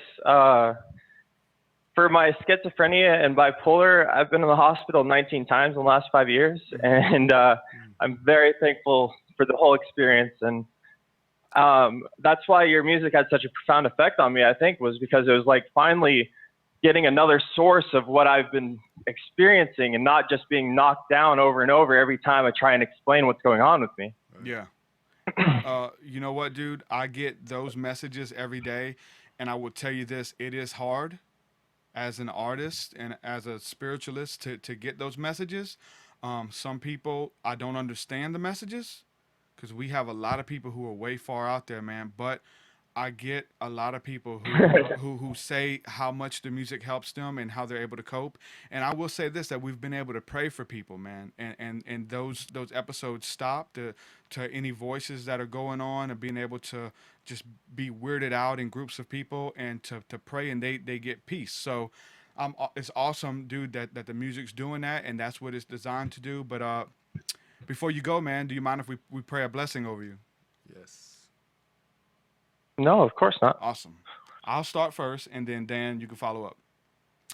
All right, so I guess just close your eyes right now. I just want to just speak over you right now in Jesus' mighty name. God, I thank you for Max, God. I thank you that he is the righteousness of God created in Christ Jesus to do good works. I thank you that he's fearfully and wonderfully made, that you got a plan to bless him and to prosper him, that you know the desires of his hearts, God. You know the deep depths and the secrets of his mind, God. And so right now, I just pray a blessing over him, that you bless him and that you keep him, God. And so anything that's going on that may make him uneasy in his mind and in his spirit to be uncomfortable and hearing things going on, right now I speak peace in the mighty name of Jesus, God. I thank you for testimony right now. I thank you for deliverance for anything, God. Anything that doors were open through questions coming in about being on the pills, and maybe the pills are opening doors right now. We speak to the mouth of the accuser, and we quiet the voice of the enemy right now. Perfect love casts out all fear right now, God. I just ask you to pour out your spirit upon my friend Max, God. Let it become real again to him, God. Take him even deeper, God, in who you are and your love for him, in Jesus' mighty name. Yeah, Lord, I just pray that the simplicity of the childlike faith, just of the identity of who he truly is, every other thought and every other, idea and contemplation that anybody wants to add to it is unnecessary, but the simplicity of the identity of a child of God, that he is your child, he is a child of light, he's a child of love. It's who and what he is, that be foundationally and firmly rooted in him, that's the foundation of his reality. Everything else is built upon the reality of him as a child of the Most High God. And that little by little, the more that he contemplate, the more he lay hold of that reality, the more he proclaimed that reality over himself and over his life, that all these other ideas and thoughts and voices and stuff fade out into the distance, weaker and weaker, until he doesn't even remember it, and that he comes to his epiphany of remembering back that he used to actually be like that. Yes. And doesn't even know when it stopped. But Yes. all he knows is it no longer is. Yes. And we are in you, and you are I am. And he firmly understands who he is in you, who Yes. are I am. One, inseparable with that divine love. Just let that love flood all over him right now, God. 'Cause I'm feeling it all over me. Just let your oneness and your divine love fill and flood his whole body, his whole mind. Take over him, transform him by the renewing of his mind, this new identity that he move into it. Yes. And just have that one childlike faith, the seed of a mustard, like a seed the size of a mustard seed. I am a child of God. Max, I pray that over you. And if you got to say it 1,000 times a day, that one little seed, that one fundamental doctrine, I am a child of God, to keep coming back to it however many times you need to. Any kind of voice that tries to raise up, any vain imagination that tries to raise up in your mind against the knowledge of Christ, that you be able to just say, I am a child of God, and that voice be gone in the name of Jesus. Amen. Oh, man. It's real, my brother. It's real. Wow, my body just got ridiculously warm. That was cool. Thank you. I hope to God I can save that because I want to make that a little song Yeah. I can play. That's what I was going to tell you, man. Anytime you're having a rough time, you can go back to this audio.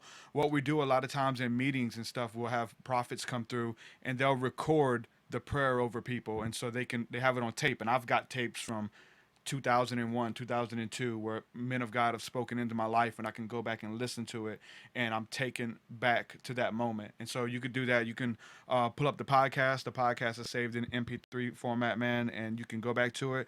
And just know, dude, like everything in the music, it's real. It is the real deal, and peace is your inheritance, man. Nothing less, brother. Don't settle for nothing less than peace and love and joy and righteousness, man, and everything that is beautiful in this life is yours, man. And also anybody else, real quick, Max, and you might even know other people, you know, from your journey that you've met that go through the same things, like you said, bipolar or schizophrenic or depression or whatever. That prayer that we just said right there, that was totally unplanned, that was totally spontaneous and in the spirit, and that was totally the spirit moving through us speaking. So even though we was praying it over Max, that same prayer, every word came from God, and you can share that with a friend going through the same thing and just tell them, hey, just listen to this prayer, man. Just open up and just, you know, just listen to what these guys are saying and try to receive it. And it's the same thing. It will work, man. Well, thank you, guys. I really do appreciate it. Hey, man, anytime you want to call in just to say hello, you know what I'm saying? We are reachable, brother. Hit us up. All right, man. I'll definitely. I'm going to look for your next podcast. I hope you have a planned one. I want to hear you say this real quick, Max. I am a child of God. You're wrestling with it, bro. You're wrestling with it. I know, man. I just don't. Doubt. I haven't really acted like it. You know, I've acted like I am God or I am the devil rather than being the child of it. I need to work on that. Well, I just pray that my ego. You have no idea. Meditate on it. You probably do. Come back and listen to the whole podcast later on, man. I certainly will. Thank you. I think we're going to do another one tonight, actually. I think we're going to have Brandon Barthrop on, interviewing him. Yeah. So we should be back on tonight as well. All right. Talk to you later, guys. Shalom, shalom. Peace. Peace. Awesome. That's awesome how the prayer works for other people. Mm-hmm. You remember we did one breaking bondages or something on YouTube quite a long time ago, and people would come months later across the video and be impacted by it. When you forgot about it, years later, people would comment on it and be like, wow, this is powerful. Yeah. And it is powerful, man. And I get messages and got messages all the time about that. It's cool. So we got another caller from North/Central Ontario. Who we speaking with? Oh, hello. How's it going there, Mr. TruthSeekah? This is Jesse. What's going on, Jesse? How are you? I'm good. I just figured I'd phone in. I just wanted to touch bases. I noticed in the comments a lot of people saying that the actual truth is forbidden and such things as this, right? Yeah. I just wanted to say that it's not a forbidden thing as much as it is worked up to our own acceptance. They'll only show you as much as you're willing to look at, as you're willing to accept as the truth, right? Yep. Because if not, essentially trying to wrap your head around it all at once would be the definition of your own insanity, you know? Yeah. And it drives many people mad. And just like there's also some comments there saying that, you know, the whole schizophrenia thing is misunderstood, that the whole schizophrenia thing could be you picking up on spirits and vibrations around you. And that, even that little bit there is driving people mad, you know? I agree. You know, with the activation and all, for people who have read into the esoteric belief system, when the vibration's higher, a lot of us that weren't paying attention are now noticing things, right? Yeah. So the first thing we question is our own sanity rather than the reality that's right in front of us, because that's what we're taught to do by society, right? Yeah. On a day-to-day basis. Easiest way I've found to explain it to people is we have to slow down and listen to the universe. It's not going to run us down and tell us its secrets. Yep. And it will not take us any further than our mind is capable of going. Right? Yep. So it's not a forbidden thing as much as it is, like anything worth having, it's worth working for, right? Yeah. You got to do the work. I just want You got to do the work. You got to do the spiritual work, and it's not an overnight thing. It's actually a lifelong thing, and you know, some people don't see it out to the end. Some people it gets overwhelming, or they can't handle. And just like we're talking about this whole episode, just the sheer loneliness that we felt, The necessity for a support system. yeah, and it wasn't there. So that's why it's so important to encourage one another, you know. It is more important than ever that we all band together and encourage each other and support each other through this. Society's normal reaction is to look at you like you've just lost your mind. You know, I've been studying and walking my path since I was very young. Like very young, I was more born into it than anything, I guess you could say. And so I've seen what people's reactions can be like. And for somebody who's already empathic, you feel their discomfort with it, right? Yep. So it can cause a disalignment in your spiritual path. You got to be careful the people you surround yourself with, right?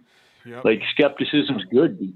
Be skeptical of anybody trying to teach you anything. At least it means you're paying attention, right? Yep. But at the same time, you can't let them take you out of what you're already knowing, Yep. right? What you know in your heart and what you're hearing in your mind, and you can't let them try to make you question it, because if they're not there yet, they're going to rattle your cage. It's just a given, right? It's their own soul crying out for them to find answers, but they don't know how to go about it. So often the results can be, they can be pretty rattling, you know, for somebody who's trying to find their way. Yeah. And I just wanted to make sure it was clarified that, you know, it's a process, you know. It's like you said, it's the work. It's hard work. You know what I mean? It's hard work. It And is. we talked about last night. We were talking about the same thing last night at a little home gathering that we did. And the scripture and verse out of the Bible that sticks out to me is the spirit of the prophets is subject unto the prophets, knowing that those who are having these prophetic encounters, who are seeing the future, having dreams of the future, seeing spirits, being able to discern spirits on other people, and you not knowing what that is, you know, being empathic and being in a group of people, Yeah. and your thoughts are jumping all over the place and you can't bring it into focus, that will freak you out. It really will. So that's why it's so powerful, not just for us, but for everybody to speak about this stuff. Mm-hmm. Yeah, it's important that you cover the basis of, you know, you walk through a mall and all of a sudden you were feeling great 5 minutes ago, you go through the mall and you feel horrible, or you feel sick, or you're nervous, or all of a sudden you have a spike of anxiety. Now, if you go to a doctor and you tell them what you're feeling, they're going to medicate you. Yeah. Oh, you're bipolar. It's a given. Depressed. Yeah. Yeah, they're going to label it, they're going to medicate it, and they're going to set you on a path that's going to be harder for you in the long run, right? Yep. We often got to stop and remember, like, is this me? Does this feel like me? Is this my day-to-day vibration, right? Because usually 9 times out of 10, it's not. Like, I've caught rage in an instant walking by people. It's amazing. But look, man, like, I mean, we have examples of this in the Bible where Jesus would walk into a crowd of people and he would immediately know their intentions. And you know what he did? He knew they were trying to kill him. He got the hell out of there. And so that's us. We walking into a situation and you can feel the vibration of the people in the room, and hey, I'm in a bad spot. I gotta go. And he left. Let me connect 2 things real quick, because like you're saying, what's this guy's name? Jesse. Like you're saying, Jesse, you walk through the mall, you start feeling these different vibes, you know, you start feeling different, or having weird thought. And the only way that you're going to be able to discern that that's not me, you know, that's some other thing, and I'm feeling this external thing that's trying to suck me in. The only way you're going to be able to discern what's not you is by knowing the truth of who you are. You know, because then you can say, well, you know, I'm in the light, I'm full of joy, I'm life, I'm living, I'm all these things, and that thought is not of me. And I'm reading right here in the chat, somebody else said, Christ said, I am the truth. He never said or shared the forbidden truth absolute truth, the bigger picture, in example, the universe is too overwhelming for our finite state of being. I don't know if that was you that wrote that or not. No, it wasn't. Okay, but what I would say is that ultimate truth, that absolute truth, it's not really able to be communicated in words. It's not really able to be described or defined in words. We just do our best to transmit one to another the experiential reality that we've come into, or that we've tapped into, or we had a flash encounter or whatever. And that's what it is with all the prophets and all the, you know, priests and all this. Think about these books that they wrote about having these open heavens and seeing these beasts and all these things. Even though they wrote it all down, there's no way that writing can fully convey to us what they experienced in that moment. And just like each of us, as we have our own awakenings and epiphanies and realizations, we do our best as a friend to a friend to be like, call you up, Derek. You're not going to believe this dream I just had, or you're not going to believe what this experience I had. But the words will never do it justice. You know what I mean? So that absolute truth, really, it's something directly between you and God. And nobody will ever fully know that encounter. Those feelings that we get, though, I don't find them a burden. I find them more of a blessing, because those are your instincts. Those are calling you forward, because maybe you're to help one. Was there a time where it did burden you? Was there a certain time? Oh yeah.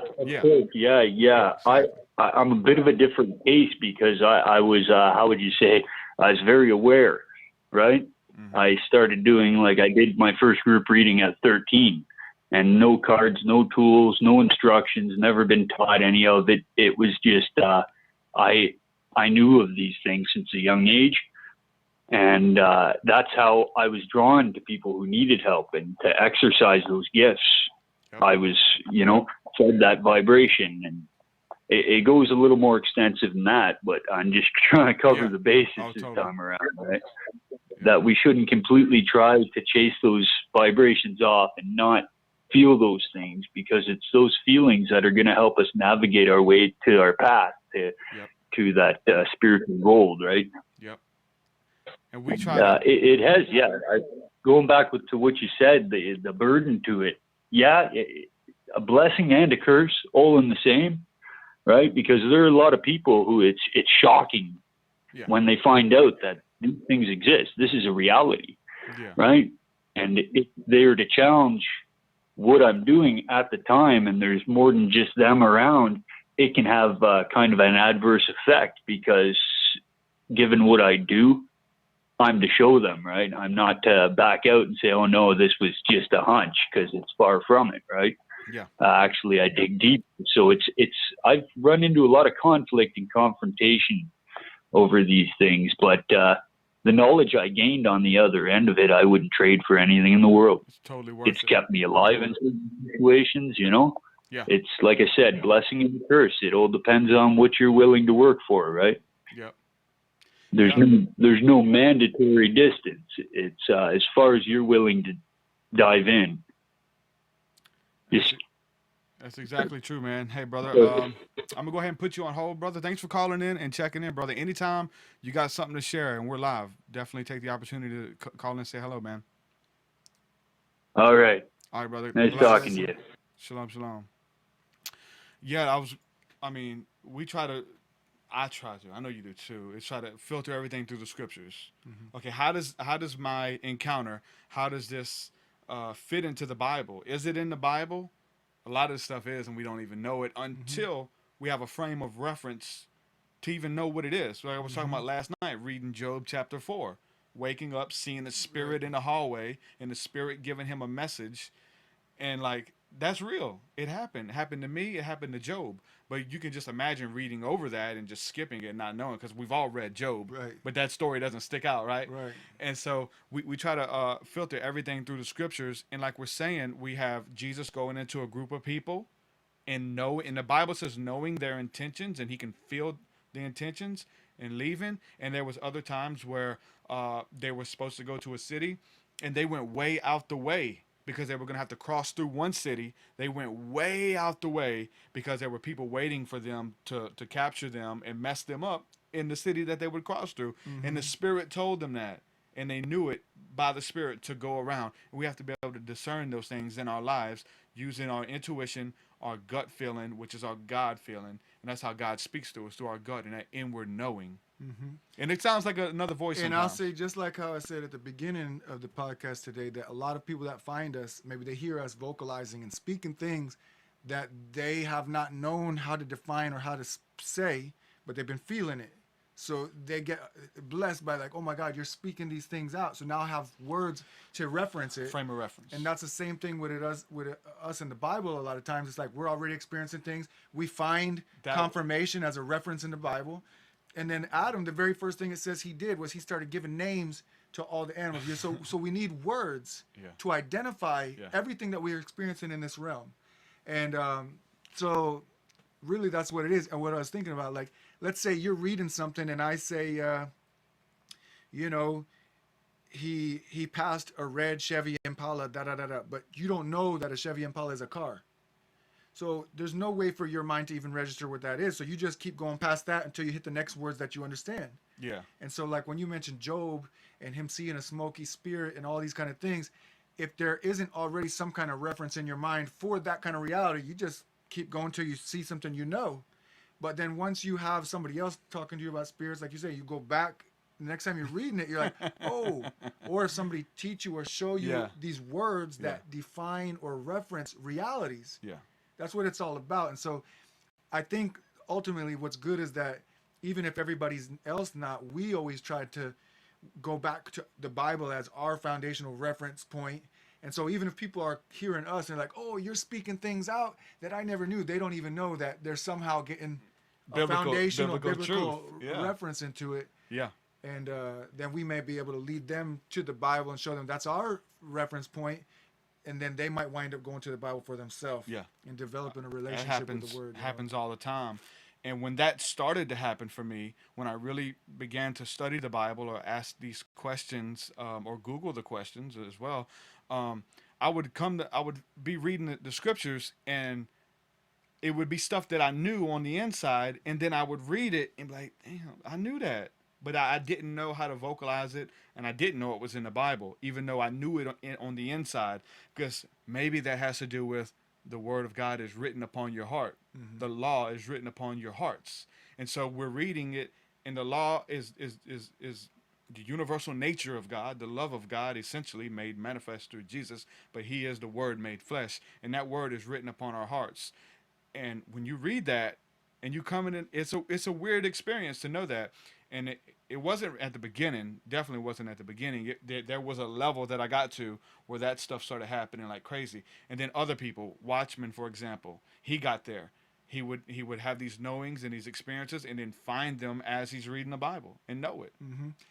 And give or take, some people they don't really have a reverence for the Bible or anything like that. So they're like, well, that don't mean that to me. But when you have undeniably come from, let's say, darkness and depression or oppression, and now you know you're no longer there, and that the catalyst that got you here was these words that you read and that you believed.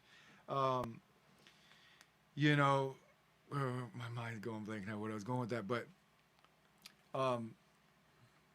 having a foundation, because especially when you're going through this spiritual journey, we've talked about pendulum swinging back and forth, you know, you doubting or you going back and forth in your beliefs, having something that you can rest on as a unshakable foundational thing, even though your understanding of it might change, but that word is always there.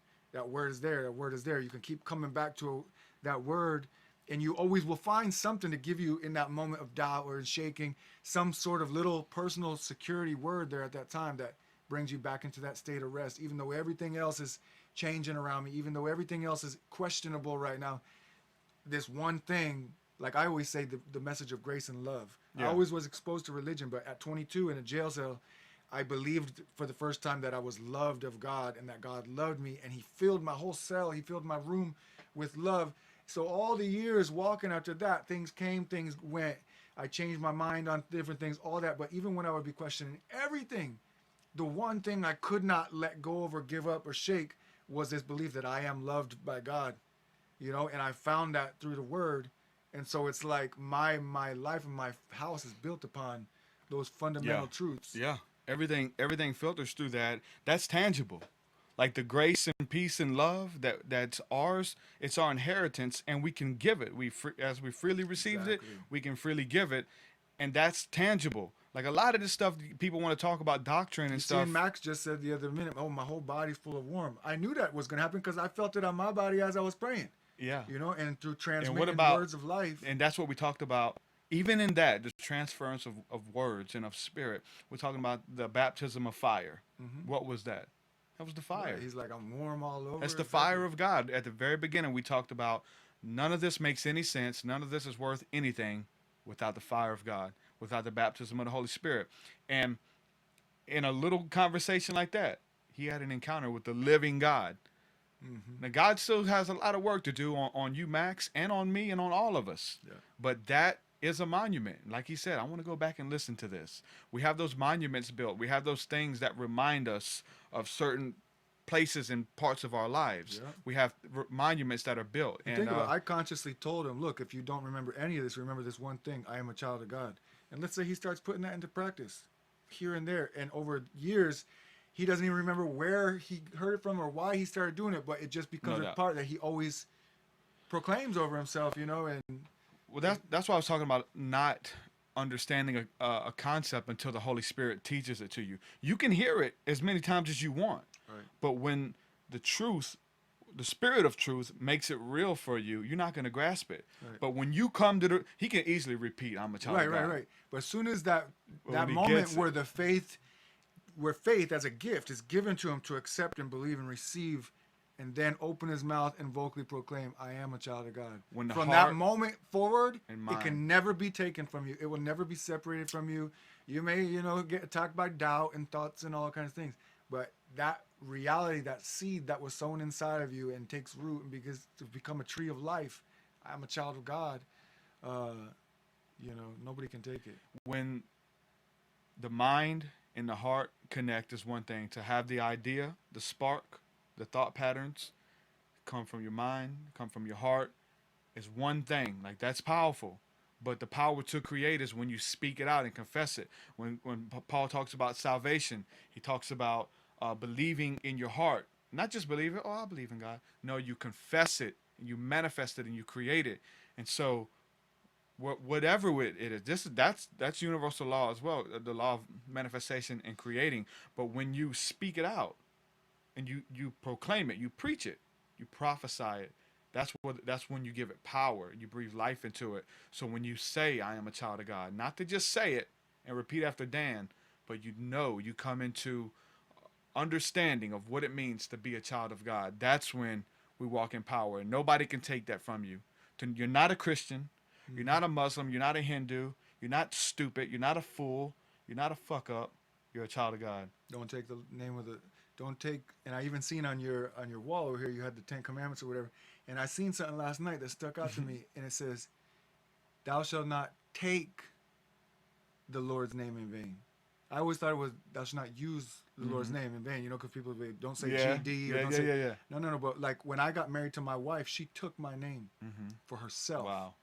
And the name of the Lord that was revealed is "I am." That's good. And he showed me that a long time ago, that once you use that powerful statement, "I am," and you add any of these things, "I'm stupid, I'm just a mess up, I'm fat, I'm ugly, I am," you're proclaiming this power to keep being that, to be and to sustain this reality. Don't use that in vain. Yeah. I am a child of God. I am light. I am truth. Good. I am love. I am peace. I am all those things because I'm in him and he's in me. I don't know if you've seen it, but in there in my bathroom, in my mirror, I stood there one day with a silhouette, and I just traced my outline. Oh, really? With words. It says, "I am free. I am made new. I am the righteousness of God. I am healed.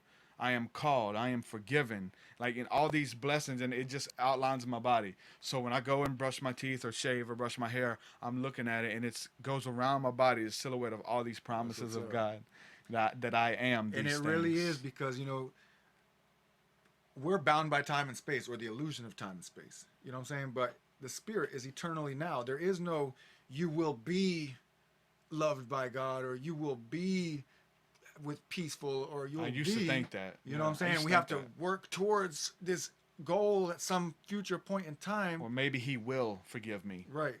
That's something But like, with God, it's all right now, eternally now. That's all that exists, is an ever-present, eternal now. And all those promises, all those things are finished. accessible right now. It says, every spiritual blessing in heavenly places has been given unto you. It's been given. he said it's finished. Yeah. That's what you were talking about last night. It is finished. And that's big too, because, and I actually learned that moreover from a universalist who talked about the finished work of Christ. The finished work, not to like, so like we used to pray and it was almost, we wouldn't say it, but it was almost like, okay, you can say the sinner's prayer and let's see if God will forgive you. Right. Now, we wouldn't vocalize that, but it was almost like that. And maybe if you had an encounter, we'll see if God will forgive you. But we're coming from a place where everybody is already forgiven, whether they ask for it or not. It says he reconciled all things unto God. And when you ask for it, you come into the knowing of it. We're talking about I am forgiven. I am made new. I am called out. And you come into I am versus I will be or I might. And that I am is the rock that all things are built upon. Because if it's I might be or I am for the moment, but something else can take it away from me, there's no surety in that. Yeah. There's no certainty in that. Yep. So the fact that we are because of he who is I am, and we are in I am, and it's his life flowing through us, like he says, I am the vine, you are the branches, and it's my life flowing through you guys. I don't have my own life. What life do I have? Yeah. What life am I generating? It's his life flowing through me and sustaining me. He holds all things together by the power of his word.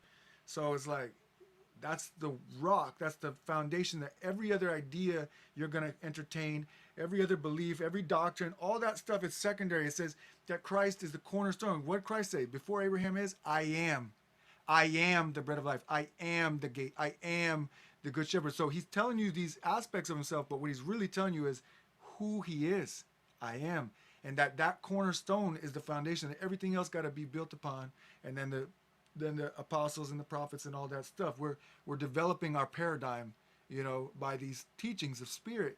But the foundation has to start out as I am, knowing who you are. And once you know who you are, and like what we're talking about, you hear it first. Faith come by hearing the words of God. But sooner or later, you got to move through faith and come into knowledge. This is eternal life, to know God and believe in the one he sent, Jesus Christ. And he said, before Abraham was I am. So before religion, before what you have something to show for, it was I am.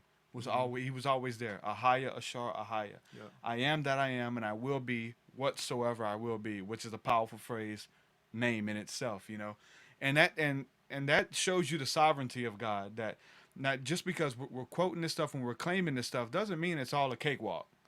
It doesn't mean like, I remember, look, and we talked about this, like, I remember being possessed by demons. Like when I was a teenager, getting into crazy occultism, opening up my mind to evil spirits and wanting to communicate, and they came through. I tried to touch the other side. I stuck my hand through that portal, and something touched me. Something grabbed back. And I was possessed. I was going schizophrenic, all those things we were talking about. But it came to an end in the name of Jesus. When I surrendered to him, it was a long, hard road out of that. But we talk about going through that stuff, and it was scary, man. It was the darkest place I've ever been. I felt like I literally felt beings grabbing my mind and pulling it out of my body. I've been sharing this recently with people too, because a lot of people got this idea that just because you come to believe in Jesus or become a Christian or something, that you can't have any kind of demonic attachment or demonic oppression, when the truth is everybody that comes in has all kinds of stuff attached to them. But I was a believer and going to church and tithing, and I went on my first mission trip, and all these different things, having lust demons in my life, literally giant demons, addicted to porn, addicted to masturbation, addicted to lust, like a completely lustful paradigm, but keeping it secret and keeping it hidden, but not realizing or not want to come to the realization that these are demons attached to me and driving me to do these things, and keep taking credit for it, taking the Lord's name in vain. I am doing these things. I'm lustful. I'm just, I don't know how I'll change, but not wanting to see it for what it was.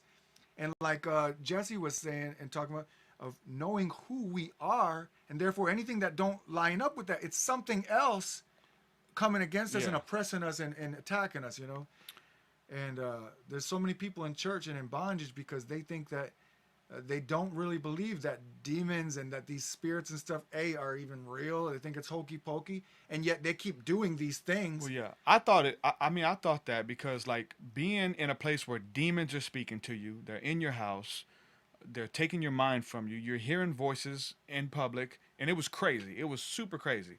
I couldn't stop it. I was in witchcraft. Came out of that, walking with Christ. He makes all things new, beautiful life. But to go when I was going into the more deeper realms and being shunned by my brothers and sisters who I loved, like I went to a dark night of the soul then. That it was almost darker than summoning demons and having demons manifested in my mind and in my life. That's weird. And As when a you Christian, look at it spiritually, it was the same exact thing. Because it wasn't those Christian brothers shunning you. It was demonic spirits in them oppressing you through them, just with a flesh veil. You know what I mean? Yep. But And all for the glory of God. well, yeah, we talk about we think we've made it, or we've like those days are behind me. Right. But the whole thing about that, there's no fear in that because Christ helps you get through it. And knowing James 4:7, submit yourselves to God, resist the devil, he will flee. Be submitted to God. He's going to see you through it. And not only will he see you through it, but he planned it for you. Right. Like there's character there. There's things that you have to be sensitive there in those realms. And the only way you're going to learn it is if you go through that. You're not going to learn it in any other way. You're not going to give a damn about people who are schizophrenic. Right. Unless I make you feel what it's like to be schizophrenic. And then I also give you the knowledge that there is no schizophrenic apart from, demonic oppression and all that. So then you can have the compassion on somebody that other people are calling schizophrenic because you're not schizophrenic, bro. Exactly. You're under attack. You're under Exactly. oppression, and you For see them it to for know what that is. Yeah. And I believe in it. God is sovereign. He is sovereign. Like all good things come from him. But you know what? All bad things do as well. He's sovereign, man. There's no war against the devil who thinks he's going to overthrow God. The devil doesn't think he's going to beat God. God, scripturally, uses the devil to tempt us, to war with us. And he sends evil spirits, scripturally, to war with us, to be a lying spirit in the earth and all of these things. And it uses that terminology. That's how sovereign God is. We look at the story of Job, how God let Satan do that. He's sovereign. He does it for a reason, man. And it's to produce. It's the pressure. It's the he has to make character in us. He has to give us a heart. He has to take away our heart of stone, man. I would say that for me is a touchy subject and would open a whole nother conversation. No, and once totally again, is. this is a good example of how we don't necessarily need to agree on every detail. Yeah. You know what I'm saying? I believe that he permits. Yeah. You know what I'm saying? Well, there's scriptures that say an evil spirit sent from the Lord. No, I understand, but like I said, that's a whole. We could do a whole podcast. I know on because you would say the Lord is not Yahweh. I mean, I would. I believe that this is the deeper reason of why Jesus Christ had to come in the flesh, so that he could once and for all reveal through action what is the real nature of God. What is the real nature of God? Mm-hmm. Jesus Christ is the exact likeness and express image of the invisible God. And a lot of people were perceiving and attributing, just like we're talking about, people that might be under demonic oppression and thinking it's themselves, or even thinking it's an angel, or all different kind of random things. Yeah. And I think that up until the revelation and unveiling of Jesus Christ as the nature of God, that there was some confusion. Yeah, but it still happened with Paul though. When Paul had his thorn in the flesh and his spirit of infirmity, that he sought the Lord 3 times and it wouldn't leave, and God wouldn't take it away. And the reason he sent that because he was getting prideful and having these ecstatic encounters and being caught up to many different heavens, whether it's in body or out of body. But he said, "My grace is sufficient. Like I'm good enough for you." And unless you have that, you're gonna get prideful. Right. There are these things, man, that he has to keep us in check, man. Yeah. Like we would. And that, and we have. Exactly. and there's line upon line, precept upon precept about how pride cometh before a fall. And no matter how painful the circumstance or situation is you go through, once you're out on the other side and somehow you've gained or you've grown even the slightest spiritually, you can look back in retrospect and be totally grateful and thankful. I'm thankful for it. I wouldn't take none of it. I wouldn't ask for none of it back. And I thank the Most High that he did that. But at the time when we were going through it, that's another story. Like Jesus even said, when you go through these things, because remember, no servant is greater than their master, no student greater than a teacher. So if I'm going through these things, they hate me, they persecute me, they lie about me, they do these things, and then you catch yourself and realize you're suffering that same thing. Yeah. Be happy about it. Exactly. It means you're on the right and track. there's a blessed in it for you if you do, and there's peace in it. That's why it says, I'll make a table for you in the presence of your enemies. Seems like everybody's against you, but I'm here with you. I'm going to see you through it. You have to go through that. You're not going to give a damn, man. Like, that's how character is built. And I talked about this on there with 7. Like, if you have somebody who's just been given life to them on a silver spoon, they have everything, had never had to work for anything. I could look at it. I could look at my own life. Okay. There were times when I was a teenager, my wife would come visit me. Well, we were dating, but she'd come to Louisiana from Alabama. And she'd come visit, and she'd bring her parents' car. Do you know what happened when I got her parents' car? Dude, donuts. We're going to the graveyard doing donuts. I'm driving 60 miles on the interstate, not on the interstate, on the highway, pulling the parking brake, turning it sideways with a car full of people. And I would never do that in my car now. That I have to earn, I have to pay for the upkeep, and if it messes up, I have to work to replace it. I would never do that. Never ever do that in my car. Until you have the experience of the cost, you don't appreciate. Exactly. Yeah. When I was in it, you couldn't tell me nothing. They were like, chill out. They were scared to death. Fuck you. I'm just like freaking them out, man. I would never do that in something I had to work for, you know. And it's the same thing. It's kind of like the whole what we're talking about. They have to have the frame of reference. And ultimately, even beyond that, now because you've had to work for yours and you appreciate the value and cost, you also wouldn't do that to anyone else's. Exactly. If they gave you the keys. Exactly. You're like, exactly. Nah, Just because they don't belong to me, I'm gonna tear it up. You know, and that's the whole thing about earning what you have and working for it, and you know, somebody gives you something, man. Sometimes you know you have to have that frame of reference. People don't care; they'll tear it up. There's a lot of references about hard work pays off, man, and it just gives you. And once again, that goes to that verse where Jesus said, "Don't cast your pearls before swine." Because they won't see the value in it, and they'll even turn to attack you. It's like a lot of these, you know, personal revelations that we've come into because of going through dark night of the soul, going through persecution, going through all these things. Just because you've been through it and you realize and you have this understanding now, anybody else who hasn't gone through those things, you could share that with them, but they might not see, they might not understand or even see the value in what you're saying, because the value and appreciation don't come usually until you go through the experience, you know, that it takes to get the cost that it takes to get that pearl. Yeah, but and it's good to talk about it because if one thing comes from it, just to have some frame of reference, that's what he was talking about. Right. I'm going through what he was talking about. No fear. It's going to end. I'm going to be okay. There's a lot for me to learn here, and if I don't learn, I got to keep taking the test over and over and over again until I graduate from this course. And that's how the Lord is, man. And as soon as I pass the test, that does not mean school's over. The next quiz course is coming up, you know. And but as long as you know that's what this life is, it makes it exciting. Like, I want to keep learning. Yeah. I want to keep growing. I don't want to reach some level where I think I'm there. I want to keep growing in the knowledge of God, growing in the nature of God. And so that means I got to be tested, be tried, pass the test, and learn the next lesson. Keep going, you know. Usually the test has something to do with responding like Jesus.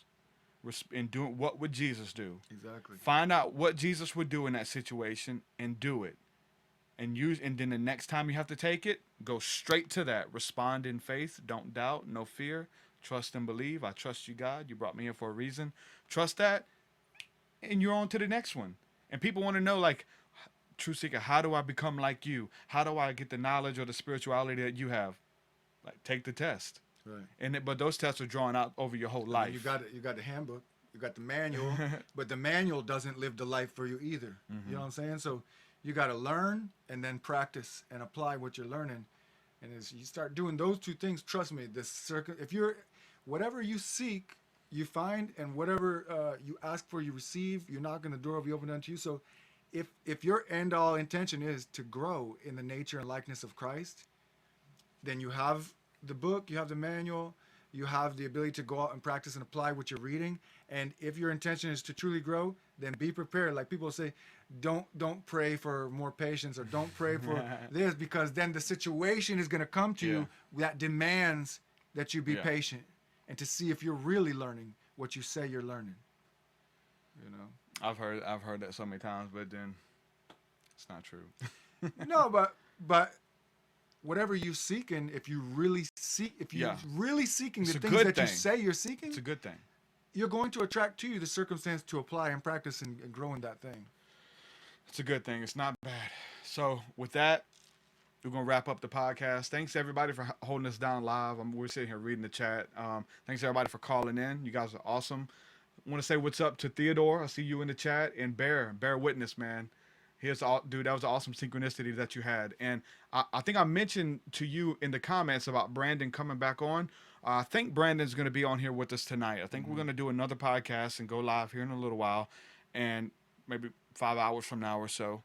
And Brandon's supposed to be with us. So we'll be interviewing him and picking his mind about some tough questions and stuff as well. So that'll be cool. We'll have the phone lines open for that too. So with that, I'm going to say shalom. Thank you guys for hanging out with us. Dan, if you want to kind of give your links out and just kind of tie it back in to how people can, follow you. I mean, you know what I'm saying? You go live every day. You do videos. You do inspirational stuff. Basically, the easiest way to find me is just facebook.com/MBK International. My Brother's Keeper was my organization, but it's still obviously the Earl for my page. It's the easiest way to find me. So facebook.com/MBK International. It'll pull up Dan and Kayla Osczepinski. And or through Derek's page, because he tags me and stuff sometimes, so you could just click the link and come to my page. Just kind of seeking the Lord right now. He's lining up different things. Like I said, my family's getting ready to move back to the States. So, but just connect with me, just like Derek. I mean, anybody who knows me knows where to find me 24/7. Send me a message and I'll get back to you quick. Yep. If you need a prayer, if you want to make a phone call and talk to me, or just shoot me a message. Yeah. And it's that simple, guys. And just to answer a question really quick, Kanto, I did see your question about do I have plugs? Yeah, I'm wearing plugs. I have 3/4 gauges, perfect size for me. He said he's just starting out that process. That's a journey too, cool process. But yep, 3/4. Stretched mine up to I had an inch and messed my ears up pretty bad. It wasn't good. I had what they call a blowout.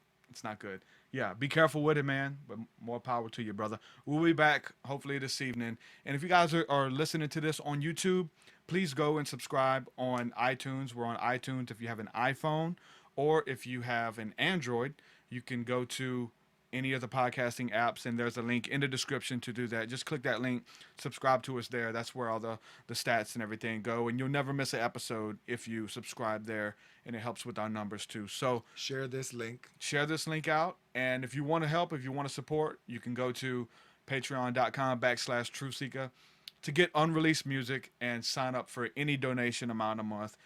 Anything helps, man. Like I said, I got like 14,000 fans on Facebook. And if everybody gave $1, like how much would that be a month? That'd be we could do a lot of stuff, right?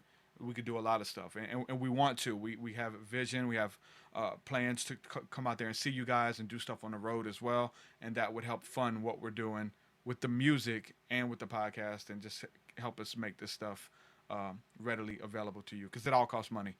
Thanks so much for everybody who is doing it. Special thanks to Carolyn Craighead, who is the newest subscriber that we have on the membership. Thank you so much. I love each and every one of you guys. We'll say peace and shalom, and we will be back in a few hours. Shalom, shalom.